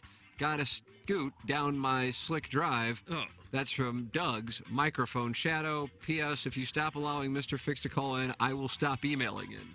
Doug's microphone shadow. Okay. And finally. One more. Today, a 65-year-old scolded his 20-something coworker for his ignorance of frankincense and myrrh, qualifying it with, quote, I know you're Jewish, but you gotta know those are two different things. Well, just last week, the same 65-year-old needed a civics lesson about the term length of U.S. senators and was confused why midterm elections weren't every 3 years. And he's going to talk down to Jackson for ignorance of references from an ancient text. He's a horse's ass for doing that. Oh. Either Hot Wife Autumn is one of many women in 2022 engaged in a non-monogamous relationship, or one listener is going to great lengths to try and perpetuate the myth. Iggy was initially sure the story was fake because it was too similar to his story from Hedonism, despite taking place at a bar in Illinois instead of a pool at a nudist resort in Jamaica, and basically every other detail except for the husband being okay with his wife banging some other guy. Today, Iggy again doubled down on Hot Wife Autumn being fake because she was obviously coached into talking about lesbianism and scissoring because only TMA talks about scissoring, well besides that South Park episode and the 231 million results on Google. Geese fly south, birds don't. Buck Swope. Buck Swope. I wasn't talking down to Jackson. I didn't take it that way. Yeah, because don't a lot of Jewish people don't celebrate Christmas like we celebrate. They celebrate Hanukkah. Correct. So they don't really follow the story of the three wise men. I just like the term frankincense and myrrh. I do too. I do. I would name like a dog that. That's a long name for a dog. Yeah, a lot of syllables. You call him Frank. They married Good. They named Goodwill after that. Myrrh Goodwill. Myrrh's Goodwill. M-E-R-S. Isn't that how you spell myrrh? Frankincense and myrrh? I don't think so. No. M-E-R-S. I'm being silly. Myrrh's Goodwill. Doug, that was a sketch. Okay. And you were a part of a bit. It's really been a bad day for me. Let's get this over with. Well, Pepper and Genie's coming up, so. Yeah, that's not going to be any better. I like the sentiments expressed by a fellow by the name of JV Golf Coach. Yeah, I like a good email when two guys can wipe each other after they. Well, he came back strong with the J Junior stuff. After their diaper. No, I'm talking about tunnels. Oh, no, he's ineligible. Boy, I feel like we got a lot of choices here. It puts me to the test. I thought the best email was Tunnels. Tunnels, congratulations, you have won. Damn it, Lucas, he got suspended. We'll see you in December. And he's very close to my email of the year, too. You think he could edge out Kevin Miller, who's mounting this charge? Well, Miller is a late one-trick pony. Doden's been doing it. I'm sorry. Tunnels have been doing it all year. But it's the same email. It's just vile bodily function humor. Well, I got to tell you, I mean, as much as I enjoy him, he does kind of he does run one play. Now, he runs it very well. But he has taglines that are memorable. Yeah, like, think about it, Doug. No. What was it today? Don't reward that. Like, taste the waste, I've already taste logged the out to rainbow. get ready to get my ass handed to me down the hallway. Yeah. It was, today's was, I loosened his belt, he loosened my stool. Yeah. See, that's not right. He's got a different tagline. I mean, there's still time. But... Still time for what? Well, we got 3 weeks until the event, so we haven't even sat down and came up with nominees Yeah, we have the men's card room at St. Louis Country Club rented for a week to have our meetings. Bring your clear, green, blue, or visors. That's right. You know, really get down to it. Number 2 pencil. Time for us to shut it down. Jackson and I are going to go deal with the situation down the hallway on Balloon Party. Chris Kerber will join us at 10:15. They should be happy today. You would think so. Yeah. You would think so. So we'll talk it over coming up.